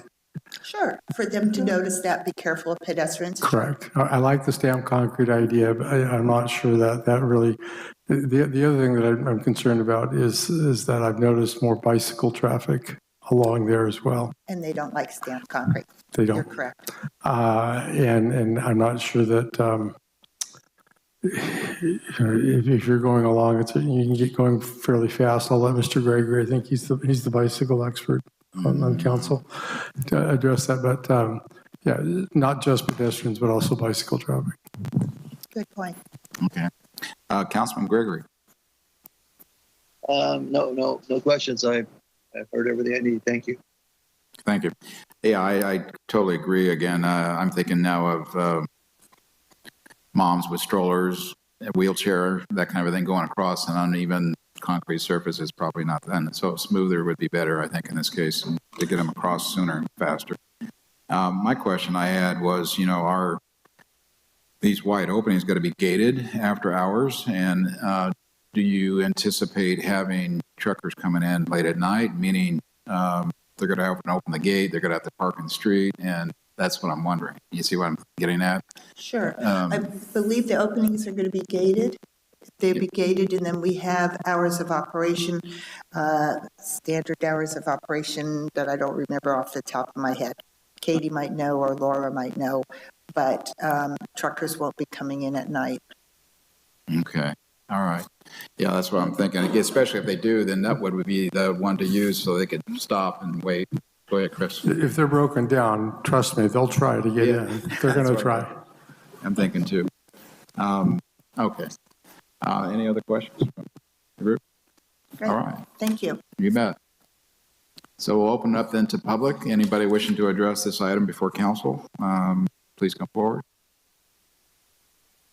Okay. Seeing none, bring it back to council for discussion and or action. Councilor Strong? I fully agree with the applicant on this.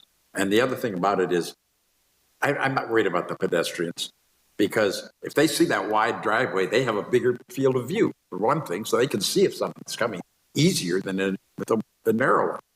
Also, one thing about trucks, those truck drivers sit higher. They have a much greater, better view of pedestrians coming than people in a car, especially a sports car. So I don't think, I think for safety, this is a better solution. So I'm in favor of what's being proposed by the applicant, 100%. Thank you. Okay. I had a question of staff. Katie, you might help me. The site-specific condition on 14 with regard to the item, we are going to need to make that change. If we want to bring that up again, if you can.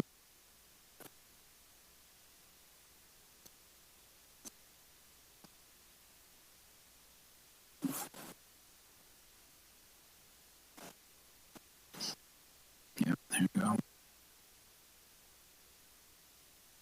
Yes. Yeah, 14. There was a slide on the 14. Yeah, so condition 14 right now says the width of each driveway approach shall be limited to 30 feet in accordance with city standards or as approved by the city engineer. So I think they're looking to change that 30 number to some other number that the council is So we need to, comfortable with. We need to make that in our motion, Yep, essentially. we need to know what you want that to be. Right. Okay. Got that clear. All right. John, Councilman Gregory, I'm ready to make a motion. All right, Steve, go ahead. So Elizabeth, we have several actions here. Which one do we make our amended action for the wide driveway width? So it'd be condition 14, which I believe is in the second resolution, resolution B. Okay. Yeah, it is in B. All right. Good. Okay, so you have four items. It's item number 3, which is your second resolution. There's an ordinance in the middle. Sorry, I was not clear. Very good. All right, I move that we adopt resolution 23XXXA, certifying the mitigated negative declaration 202209-0384, and adopting a mitigation monitoring program. Second. Councilman Strong for the second, and motion for Councilman Gregory. Roll call, please. Councilmember Gregory? Aye. Councilmember Strong? Aye. Councilmember Bausch? Aye. Mayor Pro Tem Hammond? Aye. Motion passes unanimously.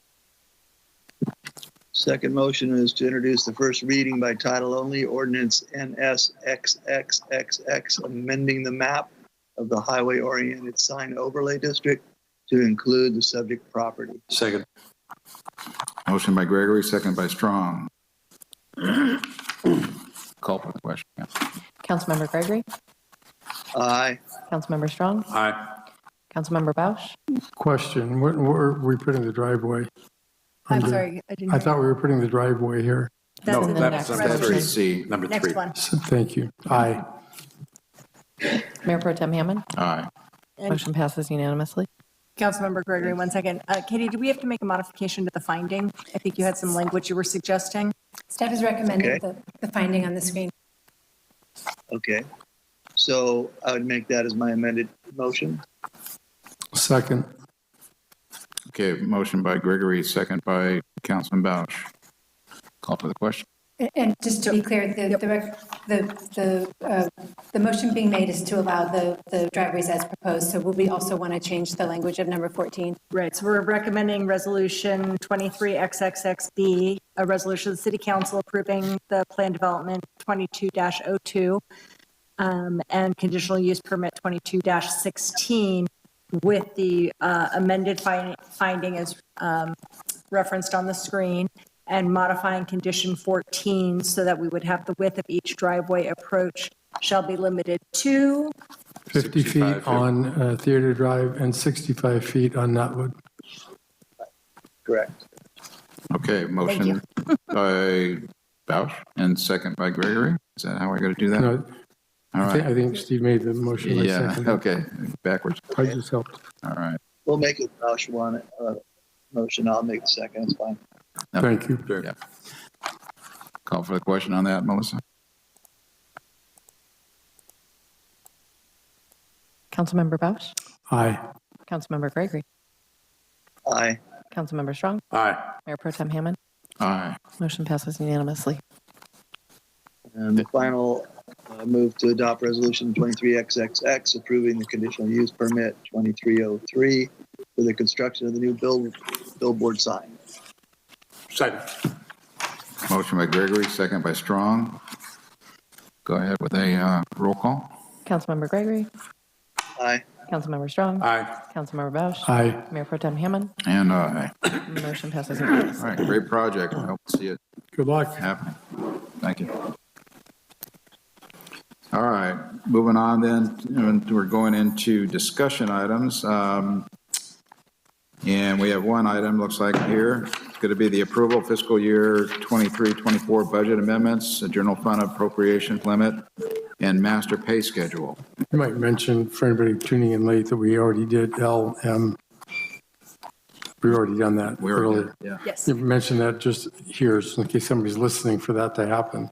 Well, we took it out of order. Right. And that was the motion early to bring that forward so we can get some people to go home earlier. Right. So we're good to go on this, but discussion item is item P. And Ryan Cornell, you have the dais. Good evening, Council Member Pro Tem Hammond and City Council. Ryan Cornell, Administrative Services Director. I'm pleased tonight to present the mid-budget cycle update for your review and consideration. As part of the goal setting process this last April of 2022, City Council directed staff to return to a 2-year budget cycle beginning in fiscal year 22-23. This marks the midway point of our 2-year budget cycle, and as such, this is not a full budget, but rather just an update to what was approved June of 2022. Although this budget is kind of adopted at a point in time, it does remain an evolving planning document and is amended throughout the year. Attachment number 3 to the staff report of the agenda packet actually provides the highest level or summary proposed changes for 23-24. Overall, the proposed changes are modest. They're reflective of the local economy being stable, but obviously less growth oriented in kind of what we've seen in recent years. However, with kind of the events of the winter storms and some kind of ongoing reorganizational structures, we have some modest adjustments to be made. Here's tonight's agenda. I do kind of have a lot to get through, so I'm going to kind of go through one of these one by one. But the budget message in that attachment number 3 kind of highlights each one of these sections for you as well. So this chart's a little bit different. We have revenue sources on the bottom there. And then the far left bar graph is actually the 2023. So that's this year's, the year that we're in, 22-23 budget versus what we're projecting out for the rest of this remaining 10 days of the fiscal year. So as you can see left to right, our sales tax are exceeding revenue estimates. Our property taxes are exceeding revenue estimates. Come pretty much all the way down the line. The next group of bar graphs are actually the 2024 original budget, the one that we approved this June of last year, and then the projected updates. And so pretty much the whole overall messaging of these bar graphs is pretty much to say that what we projected or what we estimated revenues to be are coming in right at that. And then pretty much our projections for next year are very modestly being adjusted to the tune of about $631,000. That's less than 2% of the overall general fund budget. So just very modest adjustments to the revenue sides. Overall, the biggest difference has to do with property taxes and TOT. For property taxes, turnover and home prices have actually reset a lot of the property tax bases. And so the last 2 years, we've actually seen 5 and 6% increases in property tax revenue solely because of that. And so now the model looking forward is starting off at a higher base. And then on the TOT front, which is actually truly mind-boggling, what this chart shows is accumulated revenue month over month and then year over year. And so I kind of usually just go straight to the June time because that's year-end revenue. And you can kind of see in 2017-18 and 18-19, we had normal, typical TOT growth. We had the COVID-19 pandemic hit us in 2020 that we saw the decrease, that's the gray line. But then since 2020, we've had huge increases, both in 2021, 2022, and then we're projected to hit right on par, if not exceeding 22 numbers this year. And so moving forward, staff is readjusting the base or the model so that the base is now at this kind of new higher $10 million level moving forward. The actual TOT or tourism data occupancy rates, that's the percentage hotel rooms occupied in citywide, are kind of falling back to historical norms. But the roommates, which is the actual cost of the room, have been and continue to be elevated. In addition to that, another reason why we're projecting 2024 numbers to be higher is because of Measure F22, which increased the TOT rate from 10% to 11%. That assumption was not made in the budget this time last year. Fiscal year 23-24 represents the last full fiscal year in which Measure E12 is in place. Measure E12 is the road maintenance tax that generates about $6 million annually, and again, goes 100% of those proceeds go to local street repair, maintenance, and rehabilitation. The bar graph on the left-hand side is the revenue sources. E12 is that dark blue line making up the majority of that. So we've received to date $51.5 million of E12. On top of that, we've utilized about $10 million of other sources, have that be gas tax, SB1, grants, and those sort of things. So overall, for the last 12 years, the program has received about $60 million in. We've expended right around $45 million of it, but budgeted wise, and that's the green markers, we're budgeting up to almost $70 million in today's dollars. So we are expending the dollars that we are receiving.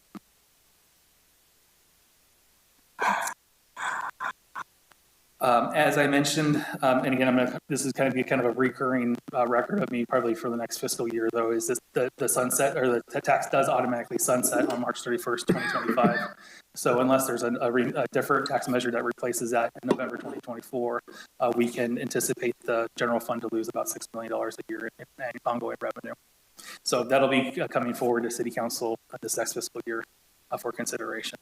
But projects slated for this next fiscal year include Crescent Road, Rolling Hills Country Club to finish them up, 17th Street Riverside, and that recently approved Sunset Panorama neighborhood. As far as general fund expenditures go, we are going to see about a $4.5 million increase in appropriations. Not all of it is actually true appropriation. Some of it is a transfer, but 25% of the overall adjustments are previously approved City Council actions, such as the contracts, the agreements that were approved by City Council last December time. We have about a little more than half of it, what I'm calling baseline adjustments. Those are activities or programs that we're doing today that need just adjustments on. And then lastly, what I'm titling discretionary requests, where that's something new over and beyond what we're doing today.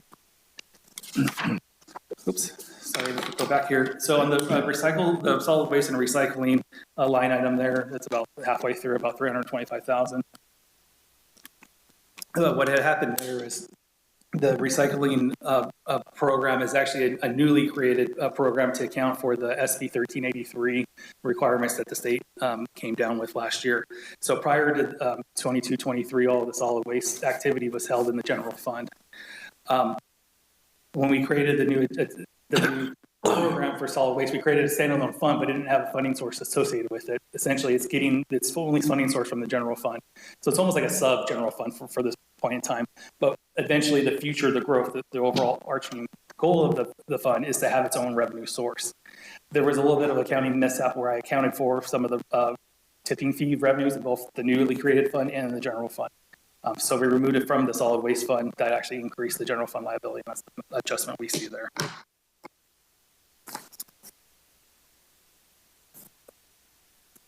The other adjustment, and that one's, just right below the solid waste one, has to do with the organizational restructuring. The city has implemented the lion's share of the reorg with pretty much the utility billing department that the division needs to go over to utilities. But outside of that, we've moved all the other divisions over. But splitting up the landscaping crews, the one to parks and trails and the one that stays in public works, has been a little bit more of a challenge to figure out what baseline expenditures those two departments are going to be incurring in a given year. Because they were part of public works initially, a lot of those costs got transferred over. I'm sorry. Because parks was part of community services before, and it's being split out, some of the costs still need to stay in community services. And so we're really trying to figure out what the delta is between the two. So if you get into the details, you'll see that public works operations actually increased by about $508,000, but we lowered community services by $230,000. So the net result is about $276,000 for the reorg. Third from the bottom, the citywide contingency. Beginning in fiscal year 2018-19 and 19-20, the city budget actually included a $250,000 contingency. This is just kind of budget set aside for anything that's unforeseen or unexpected that comes up during the year. Usually these are like speed surveys or some sort of consultant work to be had. And so it's always nice to have a pot of money to be able to tap into for those kind of unforeseen things. My experience historically has been having that contingency fund in each individual department's budgets as kind of their own padding, but it's therefore contingency is not always there to be spent. And so it's actually cheaper, better budget management to have this housed in one spot. And so it's one citywide contingency that's $250,000. We accidentally left it off on this last 2-year budget cycle. And so this adjustment gets that back in there for this upcoming. Okay, we haven't talked much about CalPERS of late, and so I kind of wanted to spend some time on what has been happening in here. So this graph is actually pretty interesting. This is, I got help with NHA advisors. Those are our financial advisors for the city. And so the going left to right, the lighter blue bar graphs are actual UAL payments that the city has had to make. Everything's based on actuarial tables too. So we have futures. So they actually projected at the 2020 actuarial that our UAL would be fully paid off by 2045, and that's kind of the dotted line, right? And at a particular point in time, we thought the UAL payments was going to be that dotted curve. And so when we did the 2-year budget, we were basing all of our UAL payments on that dotted curve. Well, come 2021, where we actually had a significant gain in rate of return. So CalPERS assumes a 7% return on its investments. In 2021, they actually hit 21.3%. So significantly outpaced their assumption, which actually lowered our UAL considerably. I think at this point in time, when we had that, our funded status was about 86% overall. And so, but because these reports are done 2 years post, it takes a couple of years for these rates to kick in. Well, lo and behold, 22 comes around and we lost money, right? The fund lost 7.5%. So we're kind of having one of these little roller coaster things where we thought our rates were going down. We thought we were going to be better fully funded status. And in fact, it's actually the opposite direction. It's actually making it worse. And so let me try to see if I can explain this. Oops. Oh, I just did what she did.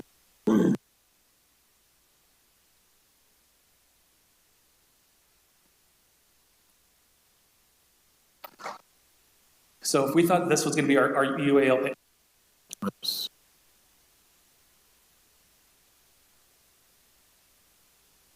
Yeah. If we thought this was going to be our UAL payments, based on the 2021 actuarial, this is going to be our new payments. We end up losing money the following year, so now we think this can be this now. And then the preliminarily 2023 numbers, we're going to be positive, but we're still going to be under the 7% assumption, so it's still going to create another unfunded liability. And so we're thinking that this is now going to be our new UAL payment in the future. Anyway, so correct. Unfunded liability. So we originally had budgeted UAL payment at just about $4 million. Now the required payment's about $3.5 million. So we have a little bit of a delta. What staff's recommending doing is setting that delta straight to the Section 115 trust. June 30th, 2022, we had about $8.1 million in the Section 115 trust. It's doing pretty much right on par with what PERS is doing as far as rate of return. So it's not doing any better, not doing any worse. So it's kind of right on par with that. So we're recommending putting this delta in the Section 115 trust, and then more than likely when we get out to here in these years, as we're kind of estimating when we're probably likely to withdraw from those Section 115 trust, that kind of helps smooth out that peak a little bit. Yeah. Okay. So that's the latest and greatest with CalPERS there. We have 4 personnel recommended adjustments. The first one has to do with our fire prevention specialists. It's simply reclassifying the fire prevention list 1 to fire prevention list 2. Council did a similar action a couple meetings ago with the additional position being a fire prevention 2. So this would actually employ 2 fire prevention specialists 2. And kind of the main reasons for that is strictly on commercial development. The fire prevention 1 specialist is not educated or trained enough to do some of those higher end commercial properties, and so it would be more advantageous for the department to have 2 fire prevention specialists 2. Adds about $15,000 in annual cost. One of the other recommended reclassification has to do with one of the 7 police officers that are already pre-authorized at a Measure J20. Staff's recommending taking one of the 7 and reclassing it to a record supervisor. What that'll do is, one, it'll actually provide help to the division currently today. We're still a little behind on just normal police officer recruitments. But secondly, it'll actually provide a parallel division with dispatch. And so we dispatch and records are sister divisions for all intents and purposes, overseen by one manager. Right now there's a dispatch supervisor, but not a record supervisor. So this will kind of provide a little bit of balance to those 2 divisions. Saving the cost between the positions too, isn't there? There's about a $75,000 cost savings with these 2 positions too. These are funded out of Measure J20, so it's not really a general funded budget savings per se. And so those savings would go back into Measure J20 for police, fire, and streets. The third recommended change has to do with consolidating 2 part-time community services officer to 1 full-time. We have one that's actually retiring from the city, and the other that's actually going to join the police academy in the next little bit. So we kind of have this kind of unique opportunity to consolidate these 2 positions into 1. Recruitment for part-time positions is still continue to be a challenge citywide. And then lastly, temporary water staff assistance. This is kind of interesting too. We're not going to actually, we're going to go through a temp agency with this proposal, but what it is kind of summer work or temporary work where, one, we need to replace the lids of all of our meters for that eventual AMI reading so that cellular data can get through it. So they need to go out there and measure each meter lid to make sure we're buying the right meter size. In addition to that, there's also some state mandated water sampling. And so while they're out there looking at the meter lids, we could have them do water sampling as well. And so we're going to kind of kill 2 birds with 1 stone. So this idea, again, is it's a limited time. I think we're projecting about 2,100 hours total between 4 to 6 people over a 3 to 4 month period of time. So it's just a matter of getting to each one of the meter sites and reporting information. Some changes to the budget related to community events. 2 of them have already been approved by City Council. That's the 4th of July event celebration and the airport 50th anniversary. The new one up there is pertaining to the light up the downtown, and then City Manager Lewis can elaborate a little bit more on this, but specifically staff recommends an additional $90,000 to include a robust thematic lighting at the Carnegie Library, as well as expanding lighting in the city park trees. The project seeks to substantially improve seasonal holiday lighting within the downtown and city park, create unique and expanded holiday experiences for the community.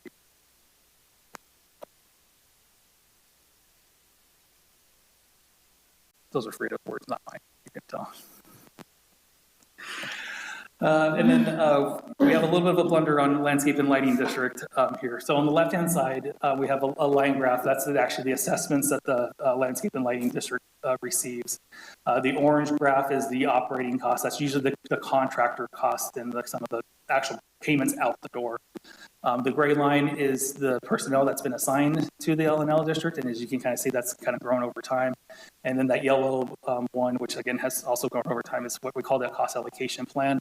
That is to capture finance-related costs, payroll-related costs, city council, city clerk, kind of all those big overarching overhead costs.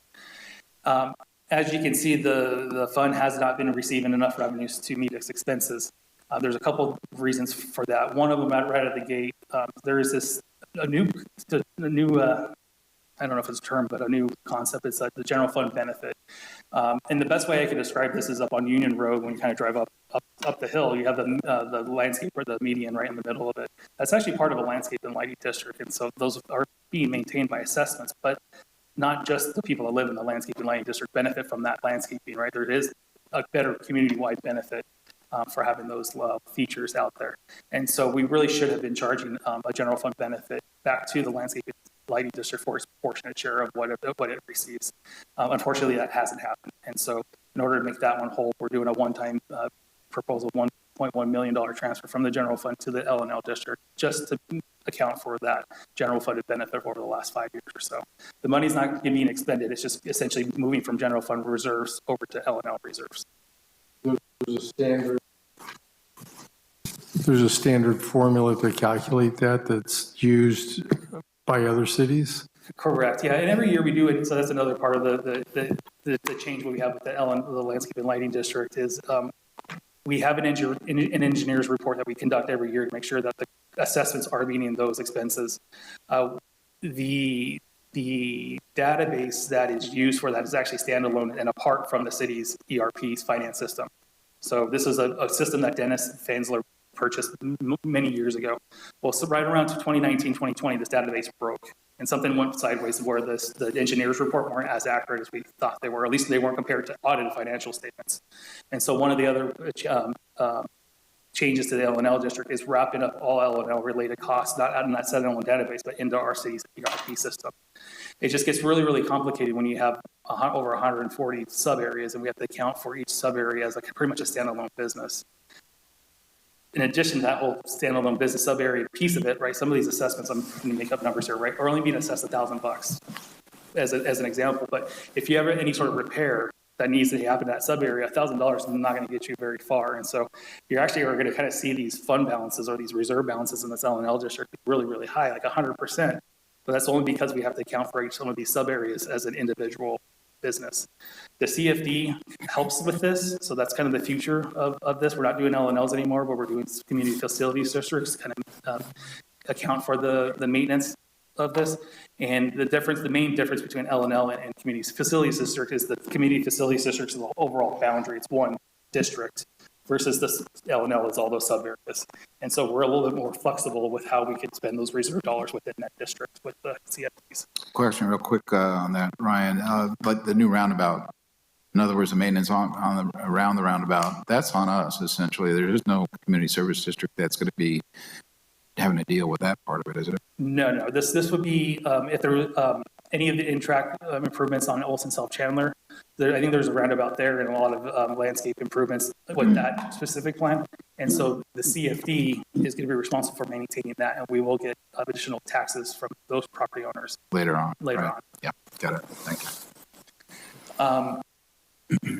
So yes, we have CFDs kind of in the horizon, but it's not going to eliminate the problem. One thing you kind of see just in from 2021 to 2022 is just the operating costs have increased, and that's directly tied to the contractors that we have.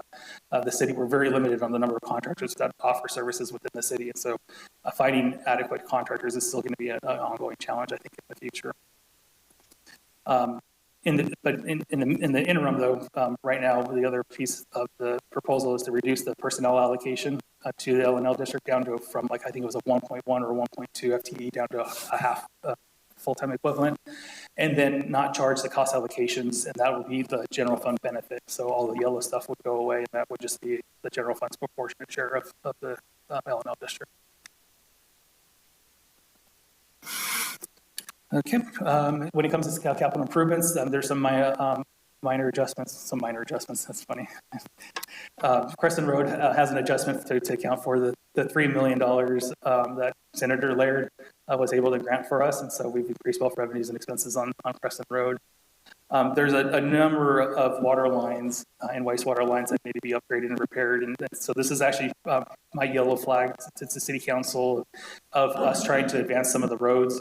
We're kind of running into an issue when we get approval for Sunset Panorama, for example. It sounds great, but then we realize we need to update water and sewer lines too while we're at it, and we need to do that first. And so I think we're going to get to a point where if we're going to continue to advance the roads as aggressive as we are, I don't know if water or wastewater funds are going to be adequate to keep up with them. So there might be some interfund loan balances in order to kind of bridge the timing of when those master plans had anticipated those lines to be replaced. The third project, and this is kind of what I was giggling about, minor adjustments. The recycled water line, now that we have the financing in place, both the debt of the proceeds and the grant budget adjustments are being made on both sides of that. So we're increasing the CIP project by about $30 million, offset with $20 million from debt proceeds and $10 million from grants that we've already received. So that's just updating there. We've got some minor adjustments to some of the stormwater basins. Again, these were already programmed in, but engineers' estimates are coming in higher than we thought. The Centennial parking lot, we thought it was just a simple overlay. We actually do have to grind that down and resurface that, so we have to upgrade some ADA ramps and curbs along those ones. There, projects that are being deferred, we didn't get the federal grant for the 24th Street Bridge, so that one's being pushed back a year. Similarly, we anticipated construction beginning sometime this year, kind of where we're at with that project. We're not anticipating beginning in the 23-24, so we pushed that one forward. And then the railroad crossing, the water lines, Kirk has design money today, or now currently. He thinks it's going to take every bit of the year to get through design. So we're not anticipating construction of those water lines until the following year. We have two unfunded CIP projects. One has to do with this building we're in today, the stucco repairs. We thought it was just going to be a simple patch repair, but we actually have to replace all of the stucco for the entire building. And so it's considerably much more than just the $65,000 budget that we had initially anticipated. So we're coming back and kind of trying to game plan a good idea of how we remedy this building, not just now, but in the future too. Similarly, that we have some repair work that needs to be done on the arbor at Centennial Park. Surprisingly there, that I don't know if you can envision the arbor, it's the walkway between the two main buildings at Centennial. One of the pillars actually got damaged recently, and so we were looking just to replace it just with the same wood on there, and it was like $140,000 as an estimate. So that was a little too much than what we thought was reasonable. So we're kind of coming back with, again, what's a better, cheaper alternative for that project. And then lastly, this is my one FEMA slide that I was kind of sitting on, but we have about just under $1 million worth of projects here. About $200,000 have already been expended to date, and so this is kind of what's remaining to be had. The sequel at Boland Drive is kind of the big one at $300,000. I believe, if I'm not mistaken, we're actually going to be pursuing reimbursement from our insurance carrier to fund a part of that project. And so hopefully we actually are going to get $290,000 back to repair that work. We have some kind of spot repair works at the playgrounds, the trails, that we can have just a handful of different trail remedies that we need to still have. So those are listed up there. The water treatment plant, the yard slope, that's just the banks on the river side. We want to stabilize the banks again to make sure that our wells are protected. And then lastly, the wastewater treatment plant ponds, obviously with the high storm surge, the basin ponds got flooded. And so we need to remove all the stuff out there and rebase the ponds.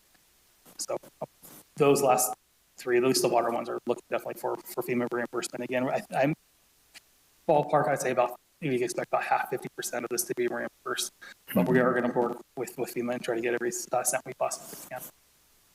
Yes, sir. On the Ron Coney well repairs, any sense to lifting those while we're doing those repairs? So actually that road repair is actually not, or it's actually not a well repair, it's actually the road to the wells is actually what needs to be repaired. Surprisingly enough, when you go out there, a lot of the boxes and a lot of the electrical switches actually are above, just raised above, and so they didn't actually hit the water level mark. So that was actually a previously approved or previously mitigated change in the past that worked out this time. Thank you.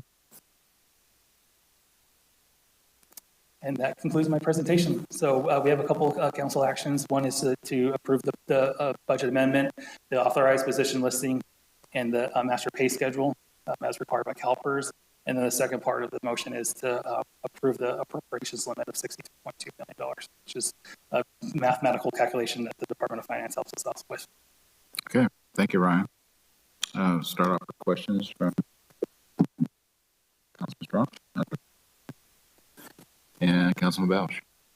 Very, very thorough, as always. Thank you. And Councilman Gregory, anything for Ryan Cornell? No questions. Very nice report. You got a lot on your plate. Thanks. A lot of numbers. Okay, thank you. All right, so we'll open up the public, and I think we have one public here still. Thanks for sticking it out. Anybody wishing to address this from the public side? Okay, we'll bring it back then to council for discussion and/or action. I'll make a motion. This is Councilman Gregory to approve resolution 23XXXA, amending the operating and capital improvement budget, authorized position listing, and revised master pay schedule for fiscal year 2023-24 as presented, and direct the city manager to implement the budget. Second. Okay, motion by Gregory, second by Strong. Any discussion? No. Call for the question, Melissa. Councilmember Gregory? Aye. Councilmember Strong? Aye. Councilmember Bausch? Aye. Mayor Pro Tem Hammond? Aye. Motion passes unanimously. Okay. Second motion, I move to approve resolution 23XXXB, approving the appropriations limit of $63,225,845 for the fiscal year of 2023-24. Second. Okay, motion by Gregory, second by Bausch. Any discussion? Seeing none, go ahead and call for the question. Thank you. Councilmember Gregory? Aye. Councilmember Bausch? Aye. Councilmember Strong? Aye. Mayor Pro Tem Hammond? And aye. Thank you. Motion passes unanimously. You bet. All right, that brings us now to city manager report. Mr. Ty Lewis.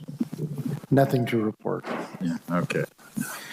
Now down to council business, committee reports. Who would like to start? Fred? Well, real quick, attended Main Street meeting, as did Chris. Yes. But it was a good meeting. It was a good meeting. And then I was off to Detroit, and I had a national transportation meeting that I chaired there. We had very good people from the Federal Highway Administration, top personnel, who were very policy committee meetings with the League of California Cities. And we'll be discussing on Thursday housing, community development, and economic development. And then on Friday, we'll be discussing the state's revenue and taxation policies. So last meeting you were on, you were online for a little bit, but then we lost you. So where were you on that? Weren't you someplace? No, I was in Detroit at the time. Detroit, and the problem is I had a 5 a.m. meeting the next morning, our time here. Yeah. Okay. And our meeting just ran so late that I was only looking at 6 hours sleep before I had to chair a meeting. And that's not good. Very good. All right. So I had to bail out. That's what we got her done. Councilman Bausch. Just very quickly, was in addition to the Main Street board meeting that Councilman Strong mentioned, Senior Advisory Committee, Parks and Recreation, and a very interesting meeting with the Housing Authority. They are completely 100% filled with a huge waiting list. Very impressive, just a great operation up there. That's it for you? That's it. Okay. Councilman Gregory. Well, a couple of my appointments, including LAFCO committee, was canceled for this month. But I'm really looking forward to the ribbon cutting at the roundabout on Friday. That's about it for me. Nice and simple. Thank you. All right. Thank you, Steve. For me, I had, after our last meeting, IWMA, which was really kind of interesting. We had actually a 4% reduction in revenue that we are passing on to all of our 7 cities that are in the membership there. Kind of unheard of on a government agency to give money back, but that's what Integrated Waste Management is doing for this next year. Also attended the mayor's meeting for Mayor Martin and had a good meeting there with all the other mayors. A lot of good discussion going on with what's happening between cities. Tomorrow I have 2 meetings, APCD and also 3CE. That's the Monterey Bay Power. Going to be online for that one up in Monterey. So can't make all the meetings everywhere. So and also Councilman Bausch is going to be sitting in for me because one of those, the community relations between Camp or Fort Hunter Leggett, Paso Robles, and King City. Yes. So you're going to be making that meeting. Appreciate that very much, Chris. Certainly. So that's all I had at this point. I had a question though, Ty, with regard to this City Hall stucco repair. I don't know if you want to do that on one-on-ones, but whatever is it. In general, I just heard that we're going to have to repair it or completely around. So what is behind that? I've never heard of such a thing. Yeah, it appears, so if you walk in the building, right there by the new doors on the right-hand side, you'll see some temporary patchwork that's holding things up. We thought that it would be limited to that. The contractors came out, exposed behind there. It appears when the building was constructed that there was probably some substandard work that was done at the time, which let all the moisture back behind the stucco. So it's causing some major problems. So I don't think council's too shocked that there's a bunch of deferred repairs to this building over the years, but what we thought might be limited to a repair less than $100,000 is escalated to, once we start, it looks like it's going to be a full restucco job of the entire building. Ooh, wow. Any time frame on something like that? Or we're going to obviously budget that. That's going to be Frida's got some more information.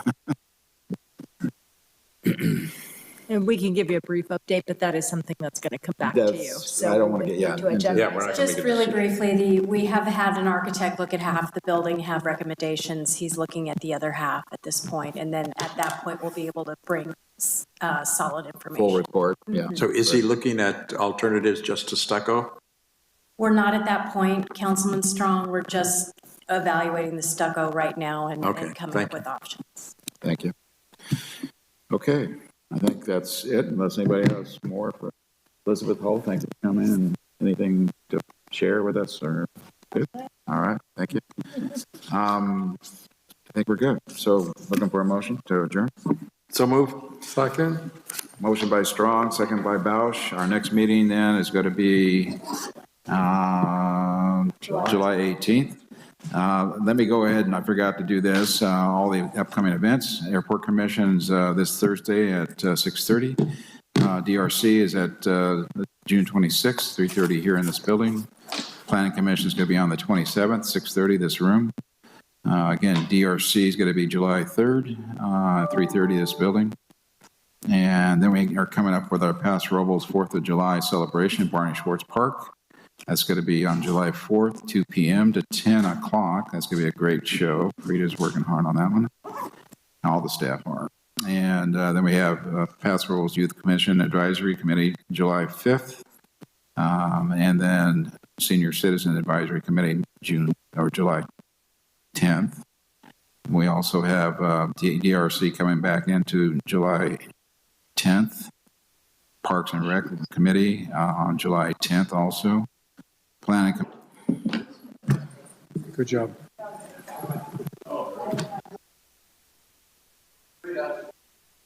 Yes.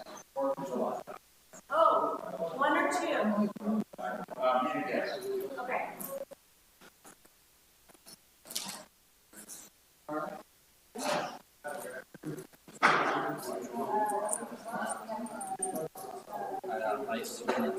Thank you for coming. Appreciate it. Yeah. Is it a live picture of her? Enjoy the rest of your evening.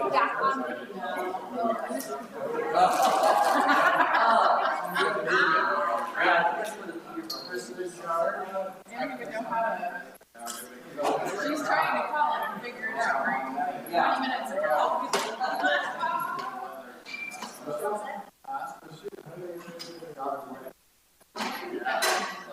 I think we're going to attach the two different things to two different items, and it'll come out all different.